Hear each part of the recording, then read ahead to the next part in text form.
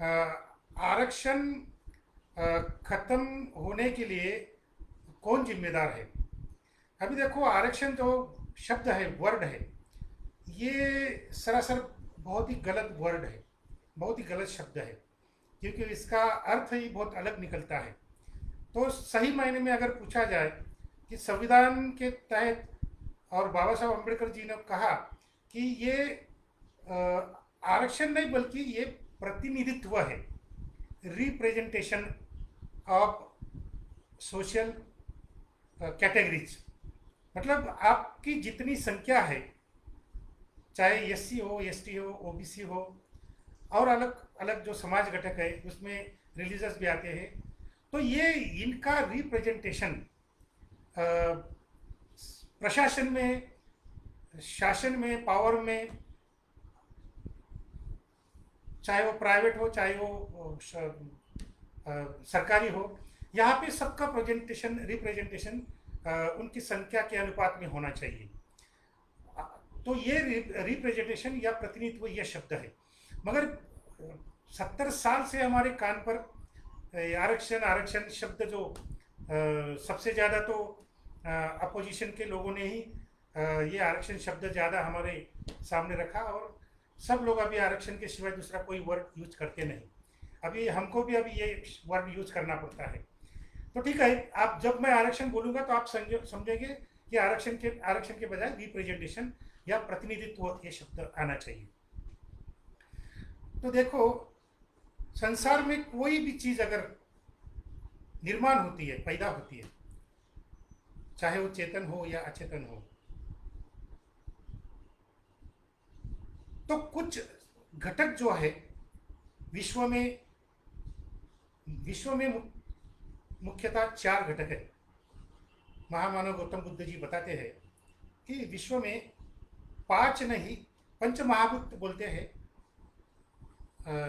वैदिक, ब्राह्मण और दूसरे रिलीजन के लोग पंच महाभूत मानते हैं, लेकिन बौद्ध धर्म जो है ये 4 मूलभूत तत्व मानते हैं। ये पृथ्वी, आप, तेज, वायु। पृथ्वी, आप, तेज, वायु। तो ब्रह्म का जो है, आकाश का जो है, ये 5वां तत्व जो है, ये धम्म नहीं मानता, क्योंकि वो आत्मा भी नहीं मानता, पुनर्जन्म पर भी विश्वास नहीं रखता धम्म। इसलिए ये 4 मुख्य तो जो घटक है, पृथ्वी, आप, तेज, वायु, ये हमको दिखते हैं, हम महसूस कर सकते हैं। और ये 4 घटक एकत्रित जब आ जाते हैं तो कोई भी सचेतन आदमी जन्म लेता है, चाहे अचेतन हो वो भी जन्म लेता है। तो 4 में से 3, 2 या 1 या 2 या 3 या 4 या ये घटक जब एक हो जाते हैं, उनका संयोग हो जाता है, तो कोई ना कोई नई चीज़ पैदा हो जाती है। तो ये जो नई चीज़ पैदा होती है, अलग अलग तत्वों के एकत्रित आने की वजह से, अणु, रेणु, ये जो एकत्रित आते हैं अलग अलग तत्वों के, पदार्थों के, तो जब ये नई चीज़ पैदा होती है तो ये नई चीज़ का विकास भी होता है और उसका मृत्यु भी होता है। हर चीज़ का जन्म है, विकास है और मृत्यु भी है। संकल्पना के बारे में भी हम वैसे ही कह सकते हैं कि ये जो आरक्षण, जो संकल्पना पैदा हुई, ये तो 5000 साल से पैदा हुई है। और ये जब वर्ण व्यवस्था बनी, ब्राह्मण, क्षत्रिय, वैश्य, शूद्र, तो ये वर्ण व्यवस्था में एक तरह का आरक्षण था, रिप्रेजेंटेशन नहीं था, ये आरक्षण था। और सबको अपने अपने काम बांट दिए थे, आरक्षित कर दिए थे। अभी मैं उसमें ज़्यादा जाऊंगा नहीं, क्योंकि आपको सबको मालूम है ब्राह्मण क्या करता था, क्षत्रिय क्या करता था, वगैरह वगैरह। तो ये निगेटिव आरक्षण था, निगेटिव रिप्रेजेंटेशन था, निगेटिव। और उसकी वजह से शोषण को बढ़ावा मिलता था। ये शोषण का मूलभूत आधार था, वर्ण व्यवस्था। जैसे मार्क्स ने कहा कि वर्ग व्यवस्था शोषण का मूलभूत आधार है, ये भारत छोड़ के दूसरे देशों में, भारत में शोषण का पहला आधार बना वर्ण व्यवस्था, ना कि वर्ग व्यवस्था, क्लास नहीं, वर्ण सिस्टम। तो वर्ण सिस्टम वो खत्म करने के बाद फिर वो कास्ट सिस्टम आई। ये भी एक शोषण की मूलभूत संस्था बनी। तो ये निगेटिव आरक्षण की वजह से वर्ण व्यवस्था और जाति व्यवस्था निर्माण हुई और आरक्षण की संकल्पना वहां से आ गई। तो निगेटिव आरक्षण को पॉजिटिव आरक्षण बनाने के लिए हमारे बहुत सारे महापुरुषों ने अभी अभी समय अगर लेंगे हम अभी का, तो तात्या साहब महात्मा ज्योतिराव फुले से ये पॉजिटिव आरक्षण की संकल्पना शुरू हुई और फिर बाद में छत्रपति राजर्षि शाहू महाराज, उन्होंने ये संकल्पना अमल में लाई और बाबा साहब अम्बेडकर जी ने संविधान में उसको समाविष्ट करके ये पूरे देश में कानूनन लागू कर दिया। तो ये जो पॉजिटिव आरक्षण है ये पैदा हुआ, इसका विकास भी हुआ और अब वो मरने के लिए तैयार हो गई है। ताकि समझिए कि वो अभी मरने का उसका शुरू हो गया। तो हमको अगर ये आरक्षण, ये प्रतिनिधित्व, ये रिप्रेजेंटेशन अगर बचाना है और उसमें उसका विकास भी करना है, तो हमें इसका जन्म कैसे हुआ, ये पैदा कैसे हुई, ये हमें समझ लेना चाहिए। तात्या साहब महात्मा ज्योतिराव फुले जी ने एक पॉजिटिव आरक्षण की संकल्पना रखी। वो कैसे रखी मैं बोलता हूँ। देखो, तात्या साहब महात्मा ज्योतिराव ये कोई सिद्धांत लिए रखने के लिए कोई किताब नहीं लिखते थे या बहुत विद्वत्ता प्रचुर किताबें पढ़कर और उस पर चिंतन करके उस विषय पर किताब लिखना वगैरह ये उनका स्वभाव नहीं था। वो सिद्धांत ऐसे ही बोल जाते थे और फिर बाद में चर्चा करने के बाद वो लिख भी देते थे। तात्या साहब महात्मा ज्योतिराव फुले जी के घर में शाम को सब कार्यकर्ता अलग अलग कास्ट के, उसमें ब्राह्मण भी होते थे और अलग अलग कास्ट के, ये आज जिनको हम दलित आदिवासी बोलते हैं, ओबीसी बोलते हैं, ये सब भंडारी वगैरह सब, तेली, माली, खोली, नाई, सुतार, शिंपी और सब ये उस वक्त के अनटचेबल, महार, मतंग, ये सब उनके कार्यकर्ता थे। ये कार्यकर्ता दिन भर अपने अपने फील्ड में काम करते थे। कोई किसान था, कोई छोटा बड़ा उद्योग करता था, कोई कॉन्ट्रैक्ट लेकर काम करता था, जैसे जो तात्या साहब महात्मा फुले काम करते थे, कोई फूलों की दुकान चलाता था। तो ये अपने अपने उद्योग दिन भर करते थे और शाम को तात्या साहब महात्मा ज्योतिराव फुले जी के घर में सब इकट्ठा होते थे और दिन भर में किसने क्या क्या काम किया, क्या क्या देखा, क्या लगता है आज नया कुछ विचार है क्या, मैगजीन में या मीडिया में कुछ न्यूज वगैरह आई है क्या, अंग्रेजों की तरफ से कुछ नया कानून आया है क्या, किस नेता ने क्या कहा है, किस नेता ने क्या लिखा है, ये इनकी सब की चर्चा ये शाम को सब कार्यकर्ता तात्या साहब के घर में इकट्ठा होकर करते थे। तो एक दिन एक न्यूज़पेपर में एक न्यूज पब्लिश हुई। न्यूज़ में ये कहा था कि पुणे के कुछ विद्वान ब्राह्मण लोगों ने अंग्रेज सरकार को एक अर्जी लिखी है, निवेदन किया है, अर्जी लिखी है। तो अर्जी में ये विद्वान ब्राह्मण क्या कहते थे, उन्होंने क्या कहा कि अंग्रेज के राज में इस भारत में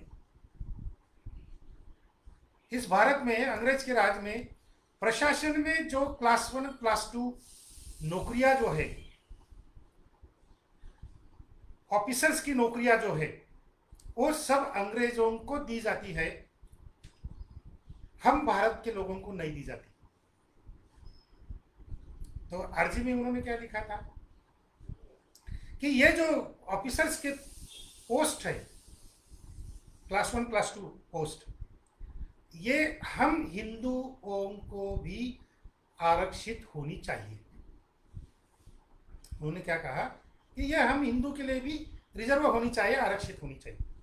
देखो, इस भारत में सबसे पहले आरक्षण मांगा ब्राह्मणों ने, ध्यान में रखिए, आरक्षण को सबसे पहले मांगा ब्राह्मणों ने और राइटिंग में। तो ये न्यूज पढ़कर एक कार्यकर्ता न्यूज़पेपर लाता है, देखो तात्या साहब ये न्यूज़ आज प्रिंट होके आई है, पब्लिश होके आई है, तो आपको इस विषय पर चर्चा करनी चाहिए। हम सब आपके साथ हैं। तो तात्या साहब ने वो न्यूज़ पढ़ी और क्या कहा, उनका पहला स्टेटमेंट क्या है, पहला वाक्य, नाव हिंदूंचे आणि गाव मात्र ब्राह्मणांचे। हिंदी में क्या है, नाम हिंदुओं का है लेकिन पूरा कब्जा ब्राह्मणों का है। जब हिंदू धर्म के नाम से या कोई भी अपने अपने धर्म के नाम से जब कुछ मानता है, तो अगर वो ऊंचा है, अभिजन है, ऊंची जात का है, ऊंचा वर्ण का है, अगर वो पुरोहित है, काजी है, अगर पादरी है और अभिजन वर्ग का है, जो हाई क्लास का है, तो धर्म के नाम पे जो भी मिलता है उसका फायदा ये सब अभिजन लोग, ऊंचे जाति के लोग, उनको होता है। और अगर धर्म के नाम पर कुछ नुकसान होता है तो उस धर्म के जो कनिष्ठ वर्ग या कनिष्ठ जाति के लोग जो होते हैं, तो उनको वो नुकसान सहन करना पड़ता है। यह है धर्म का मूलभूत सिद्धांत। तो हिंदू धर्म के बारे में भी ऐसा ही है। जब से ब्राह्मणों ने खुद को हिंदू कहने का सिलसिला शुरू किया, तो वो भी समझने लगे सब लोग कि भाई ये ब्राह्मण भी हिंदू है, मगर वैसी बात नहीं है। तात्या साहब ने क्या लिखा है देखो, नाम ब्राह्मणों का लेकिन काम, नाम हिंदू का और काम मात्र ब्राह्मणों का। ये पहला उनका स्टेटमेंट है। तो इससे ये सिद्ध होता है कि हिंदू लोग अलग है और ब्राह्मण लोग अलग है। ये पहला सिद्धांत है।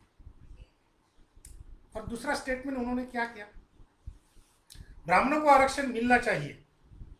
उन्होंने क्या कहा, आरक्षण मिलना चाहिए, लेकिन कैसे मिलना चाहिए, वो हिंदुओं को आरक्षण मिलना चाहिए ये तात्या साहब नहीं कहते।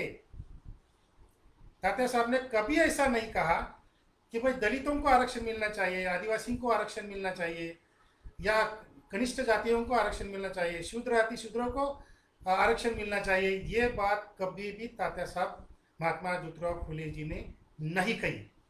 उन्होंने क्या कहा, ब्राह्मणों को आरक्षण मिलना चाहिए, लेकिन कैसे मिलना चाहिए। देखो ये दूसरा जो स्टेटमेंट है कि ब्राह्मणों को आरक्षण मिलना चाहिए, ये भी बहुत बड़ा सिद्धांत है। कैसा सिद्धांत है मैं समझाता हूं। देखो आरक्षण जिस कास्ट को मिलता है, वो कास्ट आरक्षण के दायरे में, कैटेगरी में बंद हो जाती है। और समाज का पोलराइजेशन कैसे होता है, ये आरक्षण लेने वाले और ये बिगर आरक्षण वाले, आरक्षण लेने वाले और आरक्षण ना लेने वाले, तो ये बढ़ता जाता है। फिर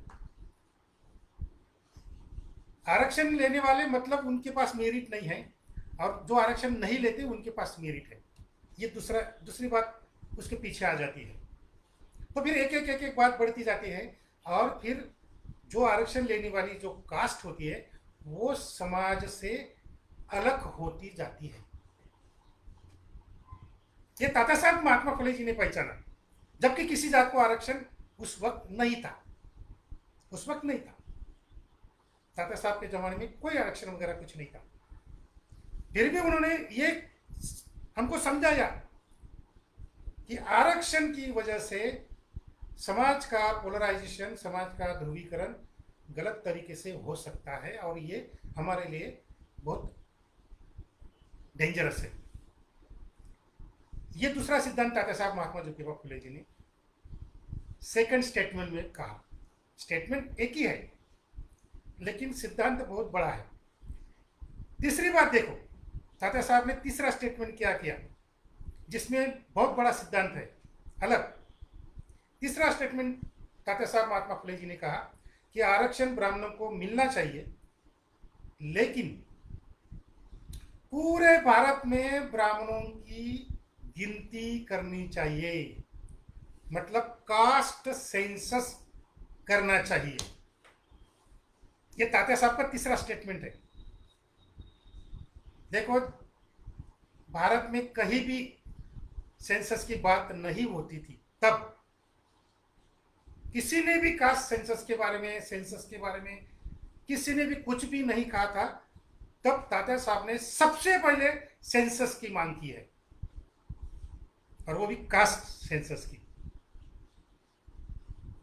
और ये सेंसस करके तात्या साहब का क्या कहते हैं आगे कि ये जनगणना करके, ये सेंसस करके ब्राह्मणों की परसेंटेज निकाली जाए। कितने हैं ब्राह्मण भाई? 3%, 4%, 5%, जितने भी निकलेंगे,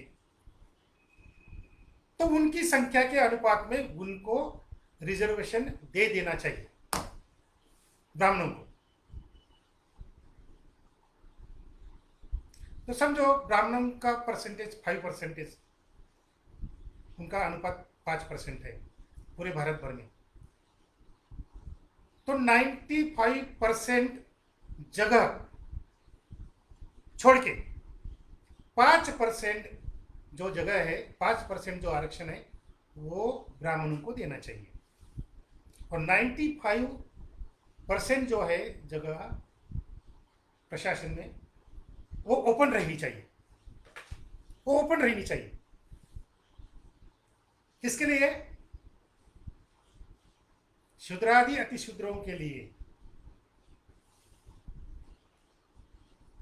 95% शूद्र अतिशूद्रों के लिए, और ब्राह्मणों को कितना? 5%। क्या इसमें क्या सिद्धांत है? एक सीधा साधा सिद्धांत है। देखो, आरक्षण के नाम पर इस भारत में जो भी चाहते थे तात्या साहब महात्मा फुले, और अभी जो हो रहा है, ये देखो आरक्षण, ये बहुत बड़ी बात है हमारे देश में कि इसकी वजह से क्या क्या उलट पुलट हुआ पूरे देश में।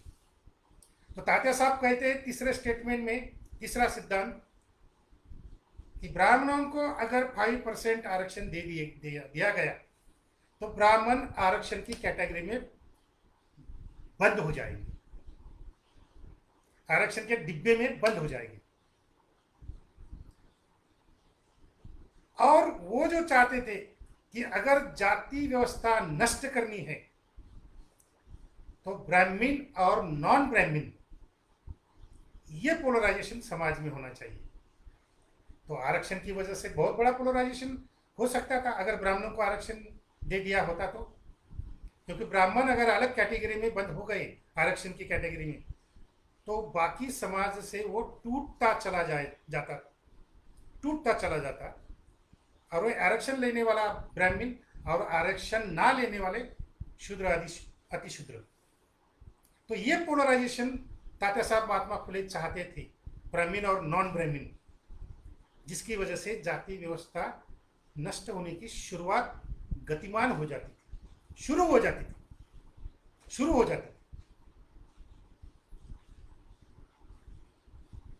अगर प्रशासन में या कहीं भी पावर में या कहीं भी अगर 5% ब्राह्मण है और 95% नॉन ब्राह्मण है, तो क्या वो प्रशासन ब्राह्मणों के हित में चलेगा? नहीं चलेगा।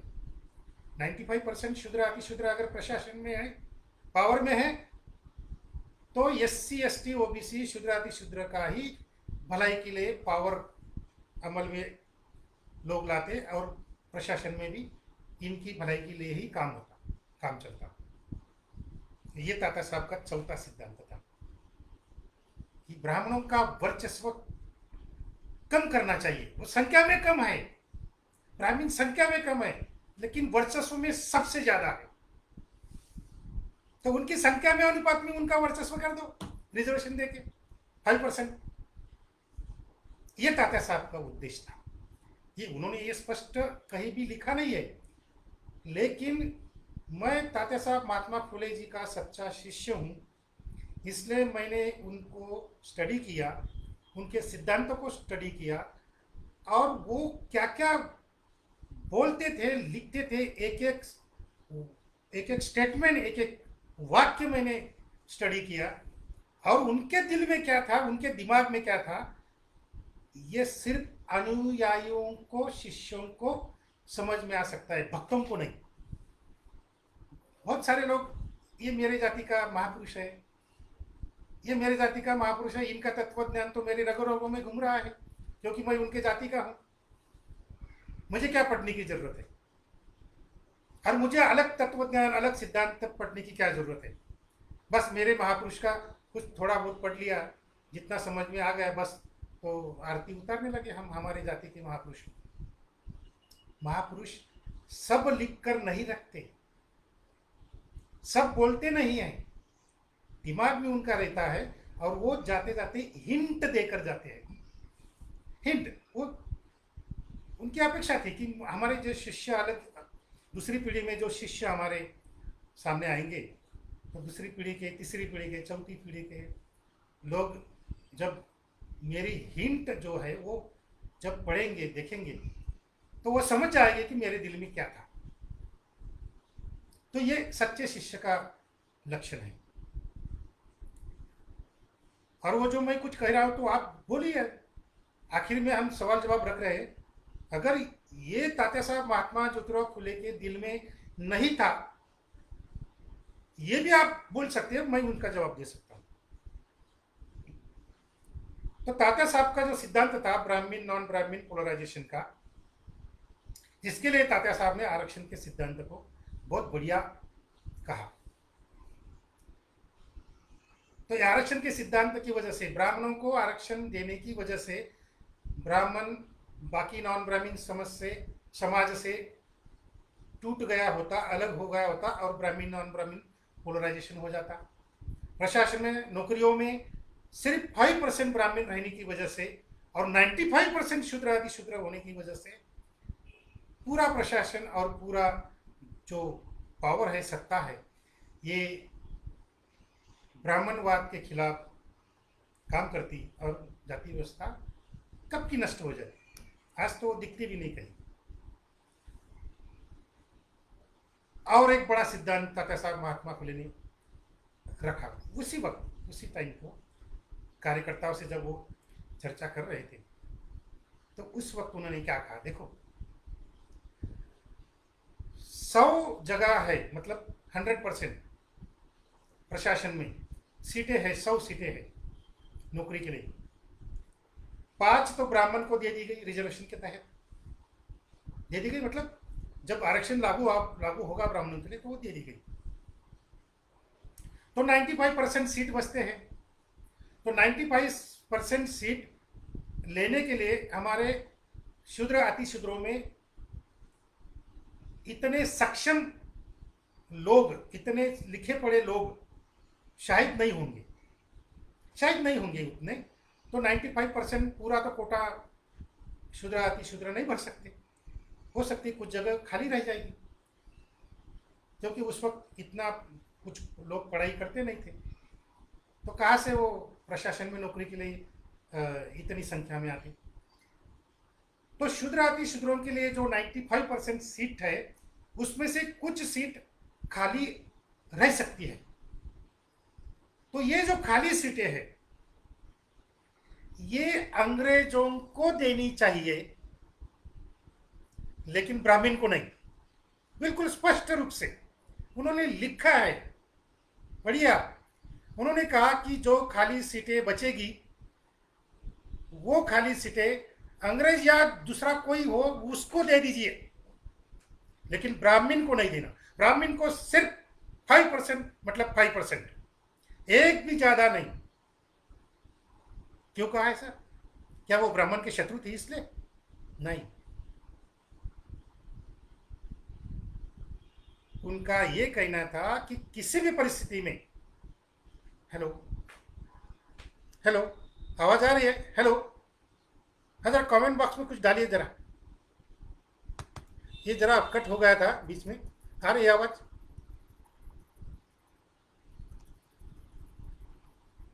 आवाज आ रही है? जरा कमेंट बॉक्स में डालिए जरा। हाँ, समझता हूँ आवाज आ रही है। तो ब्राह्मणों का परसेंटेज अगर प्रशासन में 5% ही रहा तो उनका वर्चस्व नष्ट हो सकता है। इस पर तात्या साहब महात्मा फुले जी का विश्वास था और वो सही विश्वास था। तो ये हो गया, तात्या साहब महात्मा ज्योतिराव फुले ने आरक्षण के सिद्धांत को जन्म दिया, पॉजिटिव आरक्षण को जन्म दिया। और जन्म देते वक्त उन्होंने जो ये सब बातें कही, 4 सिद्धांत जो कहे आरक्षण के पीछे, ये भी उन्होंने उस वक्त ही कहा। समय बीतता जाता है, आगे छत्रपति राजर्षि शाहू महाराज आते हैं। राजर्षि छत्रपति शाहू महाराज सत्यशोधक नहीं थे। उन्होंने खुद ने कहा कि मैं सत्यशोधक नहीं हूं, मैं आर्य समाजी हूं। और आर्य समाज वर्ण व्यवस्था मानता था। देखो, कोई भी आदमी कुछ भी माने, क्रांतिकारी हो या प्रतिक्रांतिकारी हो, लेकिन भारत में सिर्फ सिद्धांत से काम नहीं चलता, तत्व से काम नहीं चलता, या किसी के कुछ भी मान लेने से नहीं काम चलता। जो सिस्टम है देश की, समाज की, वो सिस्टम आपको सिखाती है, पढ़ाती है कि किस आदमी ने क्या करना चाहिए। अभी हमारे शूद्राति शूद्रों में बहुत सारे लोग ये धागा डालने लगे हैं, ब्राह्मण बनने लगे हैं, मांस मटन मच्छी खाने का छोड़ दे रहे हैं और कहने लगे खुद को हम अभी ब्राह्मण जैसे है, ब्राह्मण है। कुछ नहीं होता इससे। छत्रपति राजर्षि शाहू महाराज आर्य समाजी होने की वजह से वर्ण व्यवस्था मानते थे, और वर्ण व्यवस्था मानने की वजह से वो खुद को क्षत्रिय वर्ण के बताते थे। मैं क्षत्रिय हूं, मैं राजा हूं। यही आर्य समाज का सिद्धांत यही कहता है कि अगर आप राजा हो तो आप क्षत्रिय हैं।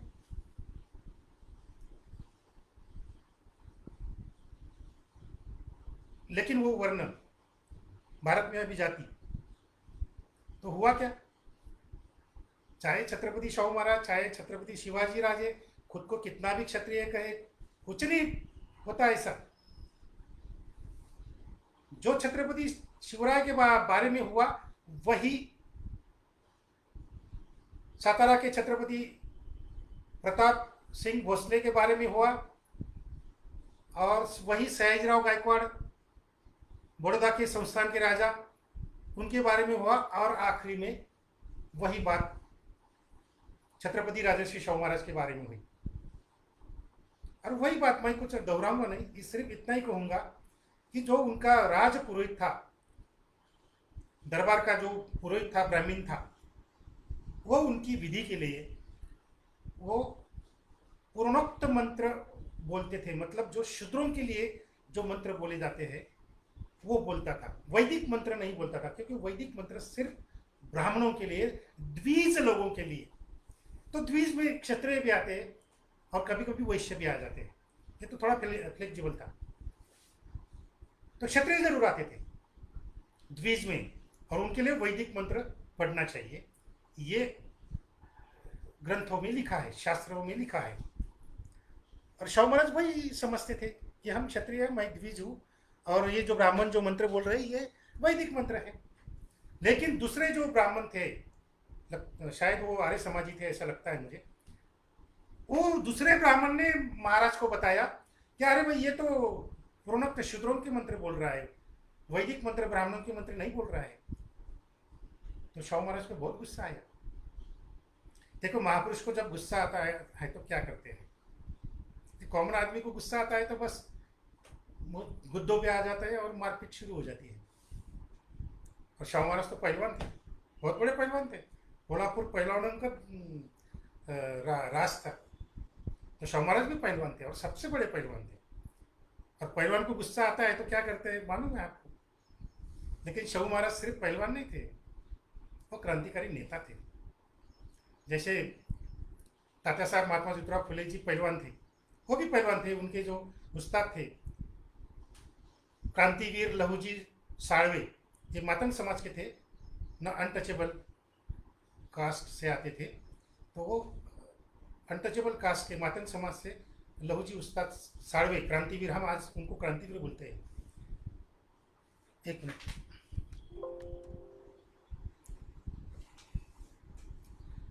तो ये तात्या साहब महात्मा ज्योतिराव फुले जी भी पहलवान थे, और उनको जब अपने दोस्त के शादी की बारात से हकल दिया, निकाल दिया, बाहर निकाल दिया, तब उनको भी बहुत गुस्सा आया। और पहलवान को गुस्सा आता है तो पहलवान तो तात्या साहब महात्मा फुले भी थे, शाहू महाराज भी थे। तो जो तात्या साहब ने किया वही शाहू महाराज ने किया। गुस्सा आने के बाद तात्या साहब महात्मा ज्योतिराव फुले, देखो अगर तात्या साहब महात्मा ज्योतिराव फुले अगर उस बारात में अगर पिटाई शुरू कर देते तो 10-12 ब्राह्मण तो बेड पर चले जाते, दवाखाने में, हॉस्पिटल में एडमिट हो जाते। इतने बड़े पहलवान थे तात्या साहब महात्मा ज्योतिराव फुले। लेकिन पहलवान होने की वजह से वो मारपीट उन्होंने नहीं किया, वो क्रांतिकारी थे। वो घर पर आए,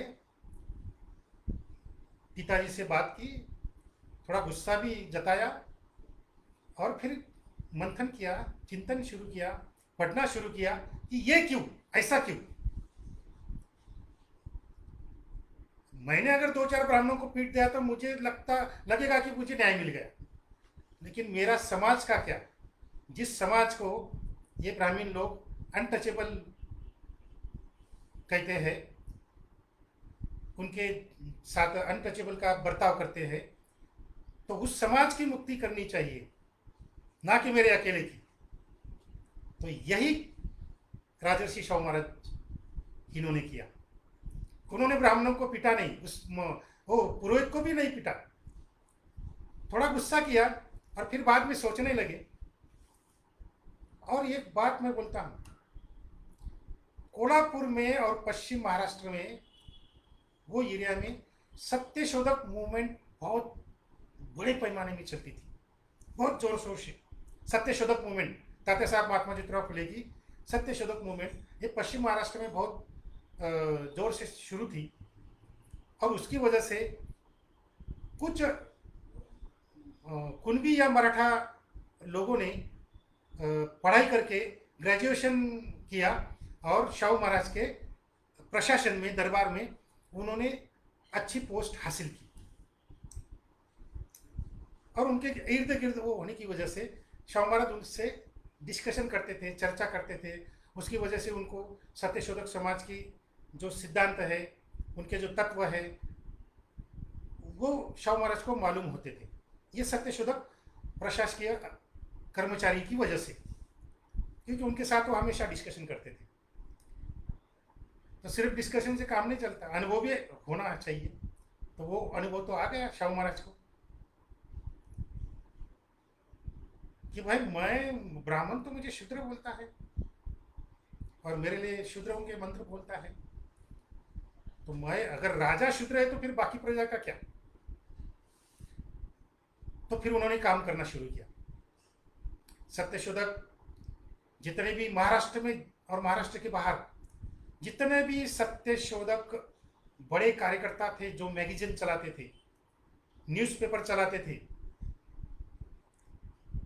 उनको सबको बुलाया, इकट्ठा किया और कहा कि तुम जो न्यूज़पेपर चला रहे हैं, ये जो मैगजीन चला रहे हैं, वीकली चला रहे हो, तो इसको बड़े पैमाने में चलाने के लिए मेरे पास धन की कोई कमी नहीं है। आप कहो कितना चाहिए, मैं आपको दूंगा। तो सबको, चाहे पहचान का हो ना पहचान का हो, सत्यशोधक है, चलो आओ मेरे पास और पैसा लेके जाओ और अपना काम जोर शोर से शुरू करो और बड़े पैमाने में वीकली ये मैगजीन चलाओ। सत्यशोधक जो विचार है ये सब तरफ पूरे महाराष्ट्र में, महाराष्ट्र के बाहर जाने चाहिए। तो ये जो रेनेसेंस मूवमेंट था यूरोप का, वो रेनेसेंस मूवमेंट छत्रपति शाहू महाराज ने पूरे महाराष्ट्र में चलाया, सरकार के पैसों से, सरकारी तिजोरी से। पूरे यूरोप में जो रेनेसेंस मूवमेंट हुआ वो सरकारी तिजोरी से उनका खर्चा हुआ। उस वक्त के जो भांडवलदार जो थे, कैपिटलिस्ट जो थे, जिन्होंने औद्योगिक क्रांति की शुरुआत की थी और बड़े बड़े उद्योग उन्होंने खड़े किए थे, तो ये उद्योग खड़े करने वाले जो कैपिटलिस्ट है, भांडवलदार लोग जो है, उन्होंने रेनेसेंस मूवमेंट को पैसा दिया और रेनेसेंस मूवमेंट को बड़ा बनाया।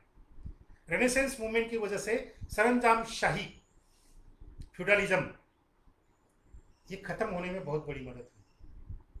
नए विचार लोगों के दिल में आए, नव लोकशाही क्रांति, ये चुनाव कैसा होता है, क्यों होता है, रिप्रेजेंटेशन मतलब क्या, ये स्वातंत्र समता बंधुता क्या है, ये रेनेसेंस मूवमेंट की वजह से लोगों के दिल में गया, दिमाग में गया। और पुराने जो विचार थे चर्च के, ब्लाइंड फेथ के, अंधश्रद्धा और सरंजामशाही का जो वर्चस्व के विचार थे, वो सब खत्म हो गए और प्योरली न्यू डेमोक्रेटिक रिवोल्यूशन, जिसने सरंजामशाही खत्म की और कैपिटलिज्म की, नव भांडवलशाही की डेमोक्रेटिक रिवॉल्यूशन किया। तो वैसे ही शाहू महाराज चाहते थे कि भारत में अगर हमको ये कास्ट सिस्टम खत्म करना है और नई कैपिटलिस्ट डेमोक्रेटिक रिवोल्यूशन, जिसकी वजह से जाति व्यवस्था पहले खत्म होगी, तो ये न्यू डेमोक्रेटिक रिवोल्यूशन जो है कैपिटलिस्ट की, ये भारत में होनी चाहिए। तो जैसे उधर रेनेसेंस मूवमेंट हुआ यूरोप में, वैसे ही भारत में रेनेसेंस मूवमेंट होना चाहिए। तो कौन करेगा? तो ये सब सत्यशोधक जो महाराष्ट्र में और महाराष्ट्र के बाहर काम करते थे बहुत बड़े पैमाने पे, तो इनको अपनी सरकारी तिजोरी से पैसा लेकर उनको दिया और काम करने को बोला। तो ये रेनेसेंस मूवमेंट थी।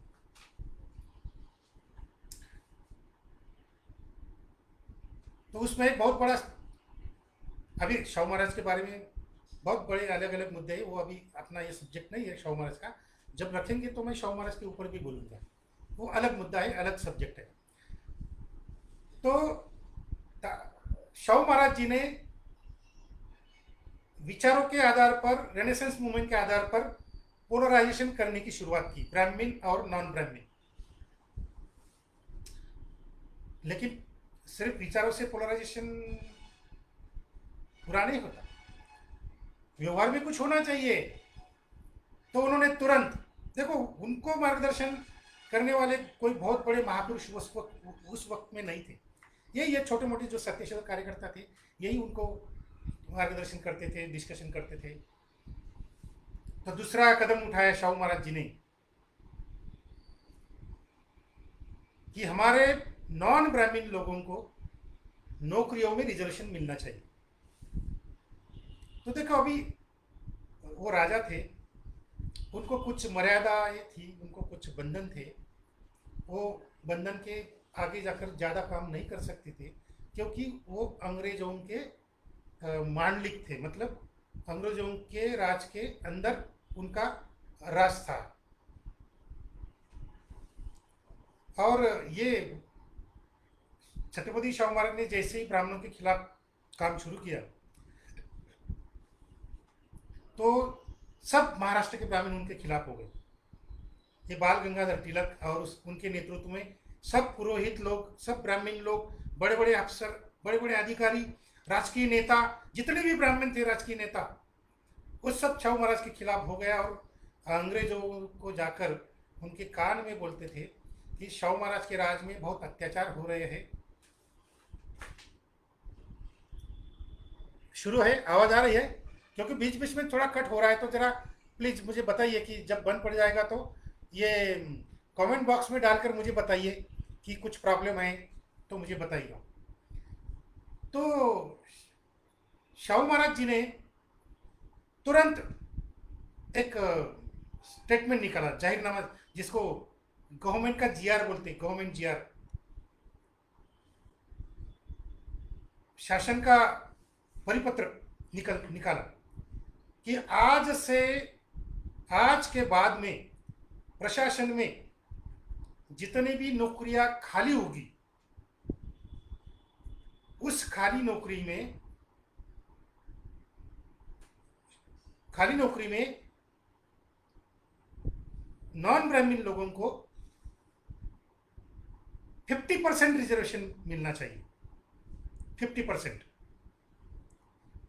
तो शाहू महाराज, इन्होंने आरक्षण दिया शूद्र अतिशूद्रों को, ब्राह्मणों को नहीं, क्योंकि अंग्रेजों की वजह से और ये ब्राह्मणों की वजह से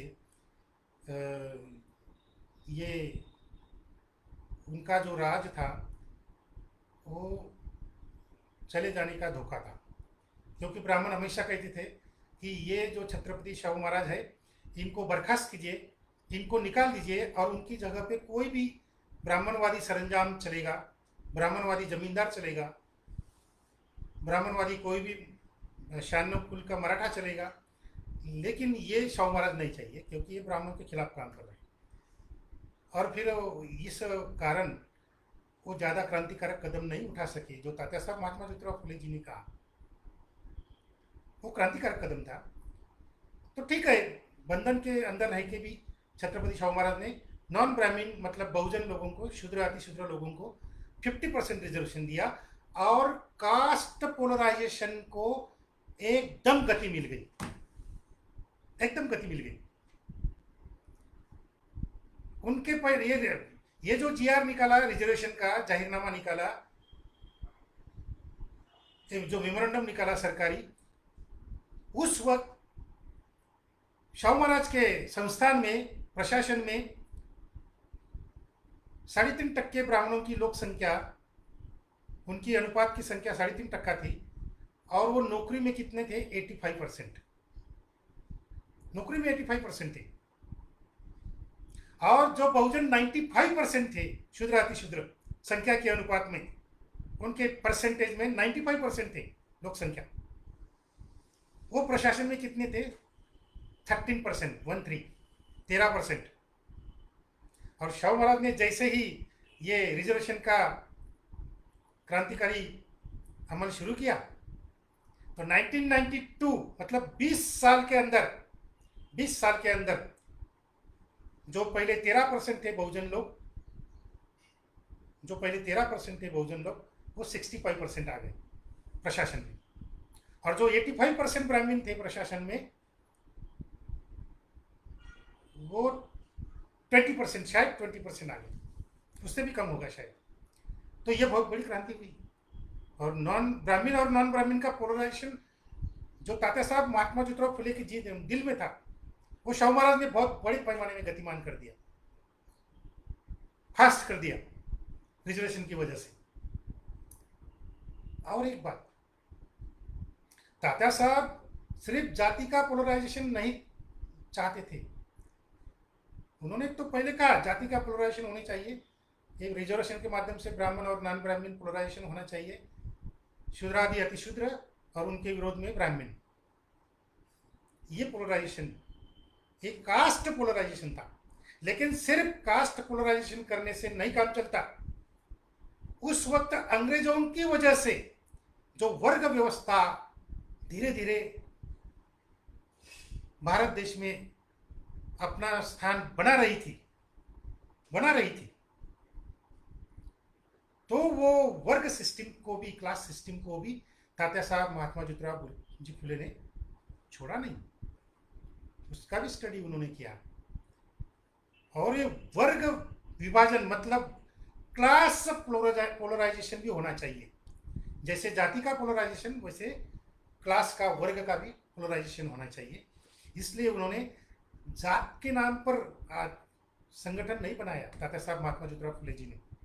जात के नाम पर आरक्षण, जात के नाम पर ये संगठन नहीं बनाया तात्या साहब महात्मा ज्योतिराव फुले जी ने। और उनके शिष्य जो थे भालेकर जी, राव बहादुर भालेराव जी और राव बहादुर नारायण मेघाजी लोखंडे, ये तात्या साहब महात्मा फुले जी के बहुत बड़े शिष्य थे।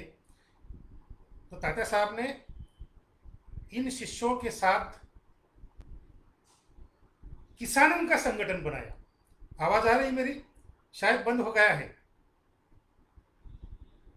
आवाज आ रही है? क्योंकि बीच बीच में डिस्कनेक्ट हो रहा है, इसलिए मैं आपको पूछ रहा हूं। जरा कमेंट बॉक्स में यस करके डाल दिया करो। अगर नई आवाज आती है, नहीं दिखता हो तो नो करके कमेंट बॉक्स में जल्दी से डाल दीजिए, क्योंकि मैं तो बोलता रहूंगा और वो कट होते जाएगा तो फिर आप नहीं सुन पाएंगे। तो तात्या साहब महात्मा फुले जी ने कभी भी कास्ट के आधार पर ना संगठन बनाया ना पार्टी बनाई। उस वक्त तो पार्टी का कोई मतलब नहीं था। अगर होता तो वो कास्ट के आधार पर पार्टी नहीं बनाते, क्लास के आधार पर पार्टी बनाते, क्योंकि संगठन उन्होंने क्लास यानी वर्ग के आधार पर बनाई, किसान वर्गों का संगठन। और नारायण मेघाजी लोखंडे जो थे, राव बहादुर, उन्होंने कामगारों का संगठन बनाया, जाति का नहीं, कामगार वर्गों का संगठन बनाया। और जो कैपिटलिस्ट लोग थे उस वक्त के, उनके खिलाफ में लड़कर और अंग्रेज राज्यकर्ताओं के खिलाफ लड़कर उन्होंने कामगारों के लिए बहुत कुछ सहूलतें पाली। ये संडे की छुट्टी वगैरह, 16 तास के बजाय 8 घंटा काम कामगारों को, ये तो पहले 16 घंटा काम करना पड़ता था। ये नारायण मेघाजी लोखंडे की जो कामगार संगठन थी, उनकी वजह से कामगारों को बहुत ही रियायतें मिली। वो एक यशस्वी संगठन था, सक्सेसफुल संगठन था। वैसे ही किसानों का जो संगठन था, और उन्होंने जो बड़ा आंदोलन किया महाराष्ट्र में, तो उनकी वजह से ये साहूकार लोग जो थे, जो ब्राह्मण थे और वैश्य बनिया लोग थे, उनके खिलाफ में ये किसान वर्ग के आंदोलन ये तात्या साहब महात्मा ज्योतिराव फुले जी ने और उनके शिष्यों ने खड़ा किया। तो ये वर्गीय आंदोलन था और जातीय आंदोलन भी था। जात नष्ट करने वाला वर्गीय आंदोलन,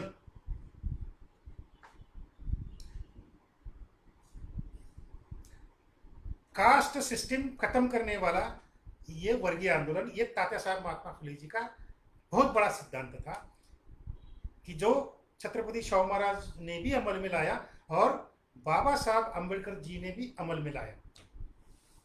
और तात्या साहब महात्मा फुले के बाद मार्क्स, उस वक्त किसी को मार्क्स मालूम भी नहीं था, तात्या साहब को तो बिल्कुल मालूम नहीं था, लेकिन मार्क्स और तात्या साहब दोनों एक ही जमाने के हैं, एक ही टाइम पर उन्होंने काम शुरू किया। ये 1849 में मार्क्स ने कम्युनिस्टों का मैनिफेस्टो लिखा। 1848 में 1849 में मार्क्स ने कम्युनिस्ट मैनिफेस्टो बनाया। उससे एक साल पहले 1848 में एक साल पहले तात्या साहब महात्मा ज्योतिराव फुले जी ने काम शुरू कर दिया था। मतलब महिलाओं के लिए स्कूल खोली और क्रांति की शुरुआत कर दी थी। और मार्क्स एक साल के बाद आते हैं और पूरे भारत भर में उस वक्त मार्क्स को कोई नहीं पहचानता था, किसी को भी मालूम नहीं था, तात्या साहब को भी मालूम नहीं था। फिर भी वर्ग व्यवस्था के आधार पर संगठन बनाया तात्या साहब महात्मा ज्योतिराव फुले और उनके शिष्यों ने। इसको बोलते हैं दृष्टा। उनकी इंस्टिंक्ट जो होती है महापुरुषों की, वो हम समझ नहीं सकते, कॉमन मैन, हम तो कॉमन मैन है। तो ये इंस्टिंक्ट होती है कि किसी ने भी ना बताया, कहीं भी ना पढ़ा और कुछ भी मालूम नहीं था, फिर भी रिवोल्यूशन के सिद्धांत वो रखते गए, लिखते गए और अमल में लाते गए, तात्या साहब महात्मा ज्योतिराव फुले जी। तो उनकी ये इंस्टिंक्ट थी जो अपने आप काम कर रही थी और लोगों को भी काम करने के लिए प्रेरणा दे रही थी। तो राजेश, जो वर्ग के बारे में जो तात्या साहब का सिद्धांत था, क्लास सिस्टम के बारे में और कास्ट सिस्टम के बारे में, बिल्कुल सेम टू सेम राजर्षि शाहू महाराज ने अपने संस्थान में अमल में लाए। तो उन्होंने क्या किया कि वर्ग का भी पोलराइजेशन होना चाहिए, क्योंकि अगर न्यू कैपिटलिस्ट डेमोक्रेटिक रिवोल्यूशन अगर करना है, नव भांडवलदारी लोकशाही क्रांति करना है, तो वर्ग विभाजन भी होना चाहिए, वर्ग पोलराइजेशन भी होना चाहिए। शाहू महाराज ने भी नहीं पढ़ा था मार्क्स को, फिर भी वो काम करते हैं। और अगर औद्योगिक क्रांति होगी तो वर्ग विभाजन का काम शुरू होगा। और औद्योगिक क्रांति के लिए रेनेसेंस मूवमेंट करना जरूरी है, तो वो तो उन्होंने पहले से ही शुरू कर दिया था। फिर 2008 के बाद 9 के बाद उन्होंने औद्योगिक क्रांति शुरू की और अपने राज्य में जितने भी उद्योग लोग करना चाहते थे उनको सरकारी तिजोरी से पैसा दिया, कैपिटल करके, फोकट में नहीं दिया। भाई ये मेरा भांडवल है, मेरे जो लोग हैं, मेरी जो प्रजा है, उनके पसीने से ये जो हमारी सरकार की तिजोरी भरी है, तो ये सरकारी तिजोरी से मैं आपको कैपिटल दे रहा हूँ, भांडवल दे रहा हूँ, और उसके उतने हिस्से में मुझे आपने वापस करना है, उतना शेयर वापस करना है। तो ये पूरी कैपिटल की लैंग्वेज में सब हो रहा है। औद्योगिक क्रांति शाहू महाराज के संस्थान में और लोगों के सहयोग से ये बहुत बड़े बड़े उद्योग उन्होंने खड़े किए, वीविंग मिल से लेकर ऑटो इंडस्ट्री तक। हर हर डिस्ट्रिक्ट में और हर तहसील में उन्होंने केंद्रीकरण नहीं किया, सेंट्रलाइजेशन नहीं किया उद्योगों का, चलो भाई सब कंपनी हमारे कोल्हापुर शहर में चाहिए, नहीं। अलग अलग तहसील में, अलग अलग जिले में सब तरह के इंडस्ट्रीज उन्होंने खड़े किए, जमीन फोकट में दी। औद्योगिक क्रांति के लिए सबसे पहला लगता है पानी, तो पानी के लिए उन्होंने डैम बनवाए, बड़े बड़े डैम बनवाए। राधाबाई नाम का डैम सबको मालूम है, हिस्टोरिकल है, वो उनकी बेटी के नाम से है। और ऐसे छोटे बड़े डैम बनवाए और पानी की व्यवस्था औद्योगिक क्रांति के लिए कर दी, जमीन फोकट में दी उद्योग करने के लिए। और इस उद्योग के लिए जो रॉ मटेरियल लगता है, कच्चा माल, रॉ मटेरियल जो लगता है कच्चा माल, वो किसानों से आता है, वो खेती से आता है।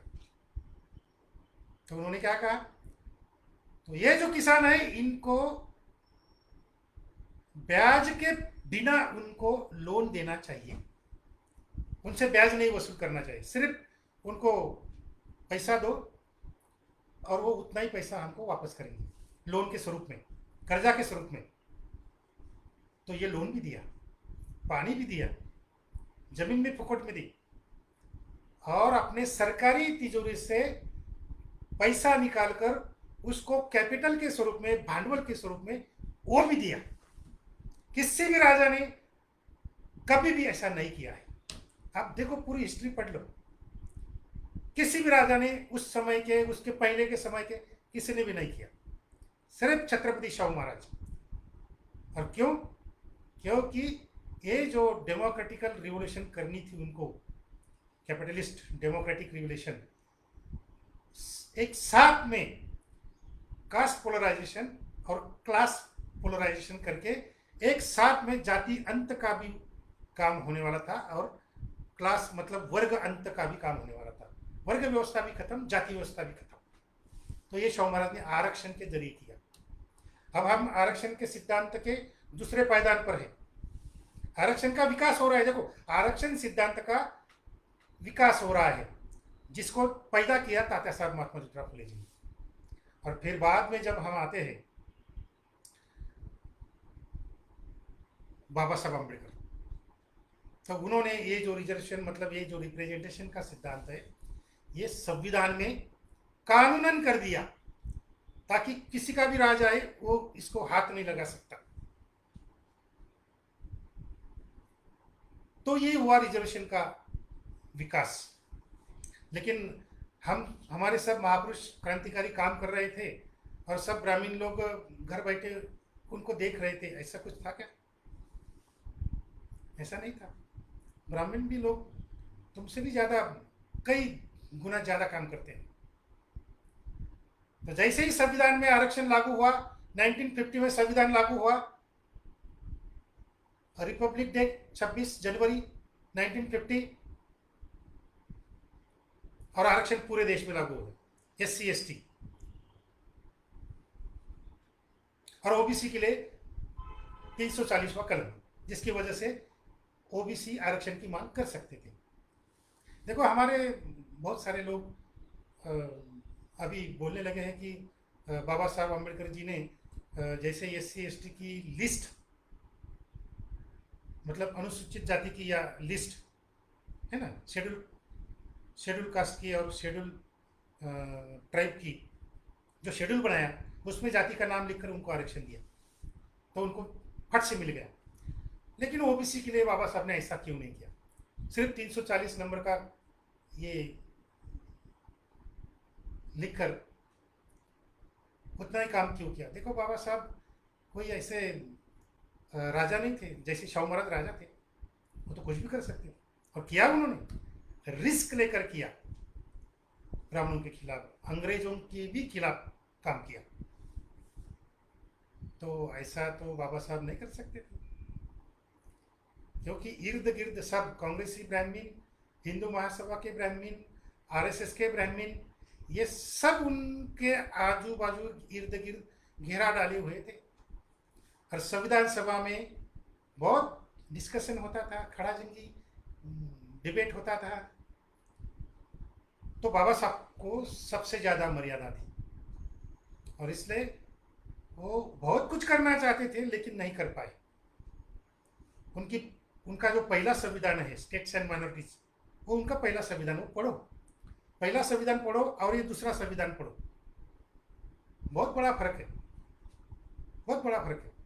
पहला संविधान वर्ग व्यवस्था नष्ट करने वाला था, जाति व्यवस्था नष्ट करने वाला था, बाबा साहब का पहला संविधान। और बाबा साहब का दूसरा संविधान जो बना वो जाति समन्वय, वर्ग समन्वय, चलो भाई एक दूसरे के साथ में रहकर काम करो, समन्वय, एक दूसरे के खिलाफ नहीं, एक दूसरे को खत्म करने की बात नहीं, समन्वय करके रहो एक दूसरे के। तो वो तो ये करार था, एक पैक्ट था, एक मतलब एक संविधान मतलब एक करार था, पैक्ट था दो वर्गों के भीतर और दो जाति मतलब ब्राह्मण और नॉन ब्राह्मण जाति के भीतर, ये एक करार था, पैक्ट था, तह के लिए कुछ देर के लिए शांति रहनी चाहिए इसलिए। तो इसलिए बाबा साहब ओबीसी के लिए कुछ ज़्यादा नहीं कर सके और उसमें उनका कोई दोष नहीं। उनको जितना ज़्यादा वो कर सकते थे उन्होंने किया, संघर्ष किया, डिबेट किया, बहुत कुछ किया। तो बाबा साहब को कभी भी दोष नहीं देना चाहिए। अगर बाबा साहब ना होते तो हमको आज ओबीसी आरक्षण नहीं मिलता, ये लिख लो मेरी बात।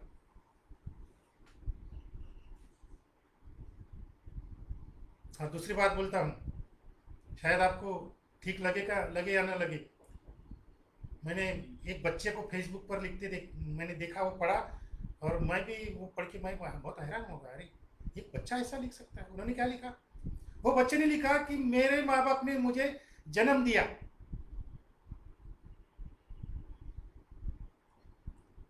तो क्या हुआ, मैं शूद्र जाति में पैदा हो गया और सब जो बुरे काम है वो कर रहा हूँ, साफ सफाई वगैरह, क्लीनिंग का काम कर रहा हूँ, चाहे ऑफिस में हो या चाहे गांव में हो, झाड़ू लेकर घूम रहा हूँ। लेकिन बाबा साहब ने आरक्षण दिया और मैं अफसर बन सकता हूँ।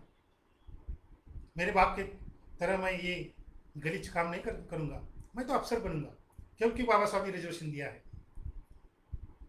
तो मेरे माँ बाप से भी, जन्म देने से माँ बाप तो बन गए, लेकिन मानुष बनाने के लिए, ह्यूमन बनाने के लिए, आदमी बनाने के लिए बाबा साहब तो हो गए। बाबा साहब अपने माँ बाप से भी ऊपर हो गए। तो हमारे माँ बाप से भी ऊपर जिनका बहुत ऊंचा स्थान है वो बाबा साहब है। तो ये बात लिख लो, कभी भी दोष नहीं देना। और ये अपना आपका ये अज्ञान है ओबीसी का। तो ओबीसी, ये जो एससी एसटी आरक्षण लागू हुआ पूरे देश में, भारत भर में,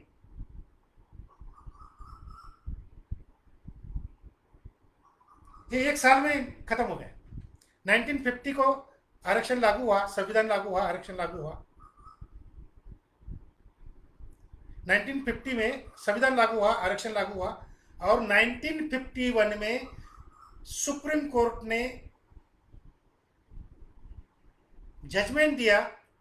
क्या जजमेंट था वो, एससी एसटी ओबीसी का पूरा आरक्षण खत्म, पूरे देश में से किसी को भी आरक्षण नहीं मिलेगा, किसी को भी आरक्षण नहीं मिलेगा। और जैसे ही सुप्रीम कोर्ट का जजमेंट आया, नेहरू सरकार ने तुरंत पूरे देश भर का रिजर्वेशन खत्म कर दिया, खत्म कर दिया नेहरू जी ने। उस वक्त तमिलनाडु के जो जागरूक ओबीसी थे, रामास्वामी पेरियार के नेतृत्व में तमिलनाडु में ओबीसी की बहुत बड़ी क्रांति उस वक्त हुई थी। और सब ओबीसी लोगों ने, तमिलनाडु के ओबीसी लोगों ने देश भर में आंदोलन किया और इतना बड़ा आंदोलन किया तो नेहरू सरकार डर गई। और आंदोलन के बाद तुरंत उन्होंने पार्लियामेंट का अधिवेशन बुलाया और पार्लियामेंट में कानून में सुधार की। आर्टिकल 15 और आर्टिकल 16 में सुधार करवाया और आरक्षण को कायम रखा। तो आरक्षण फिर से लागू हो गया। किसकी वजह से? स्वामी पेरियार के जो ओबीसी आंदोलन था, तो वो ओबीसी के वजह से दलित आदिवासी का आरक्षण बच गया। ये है ओबीसी की क्रांतिकारिकता।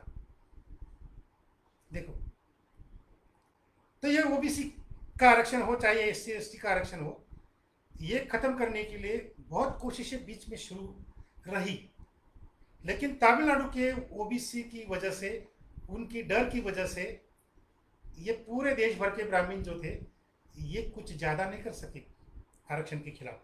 बोलते थे, लिखते थे, दंगा फसाद करवाते थे, ओबीसी को भड़काते थे, तो ये सब काम ब्राह्मणवादी लोग करते थे।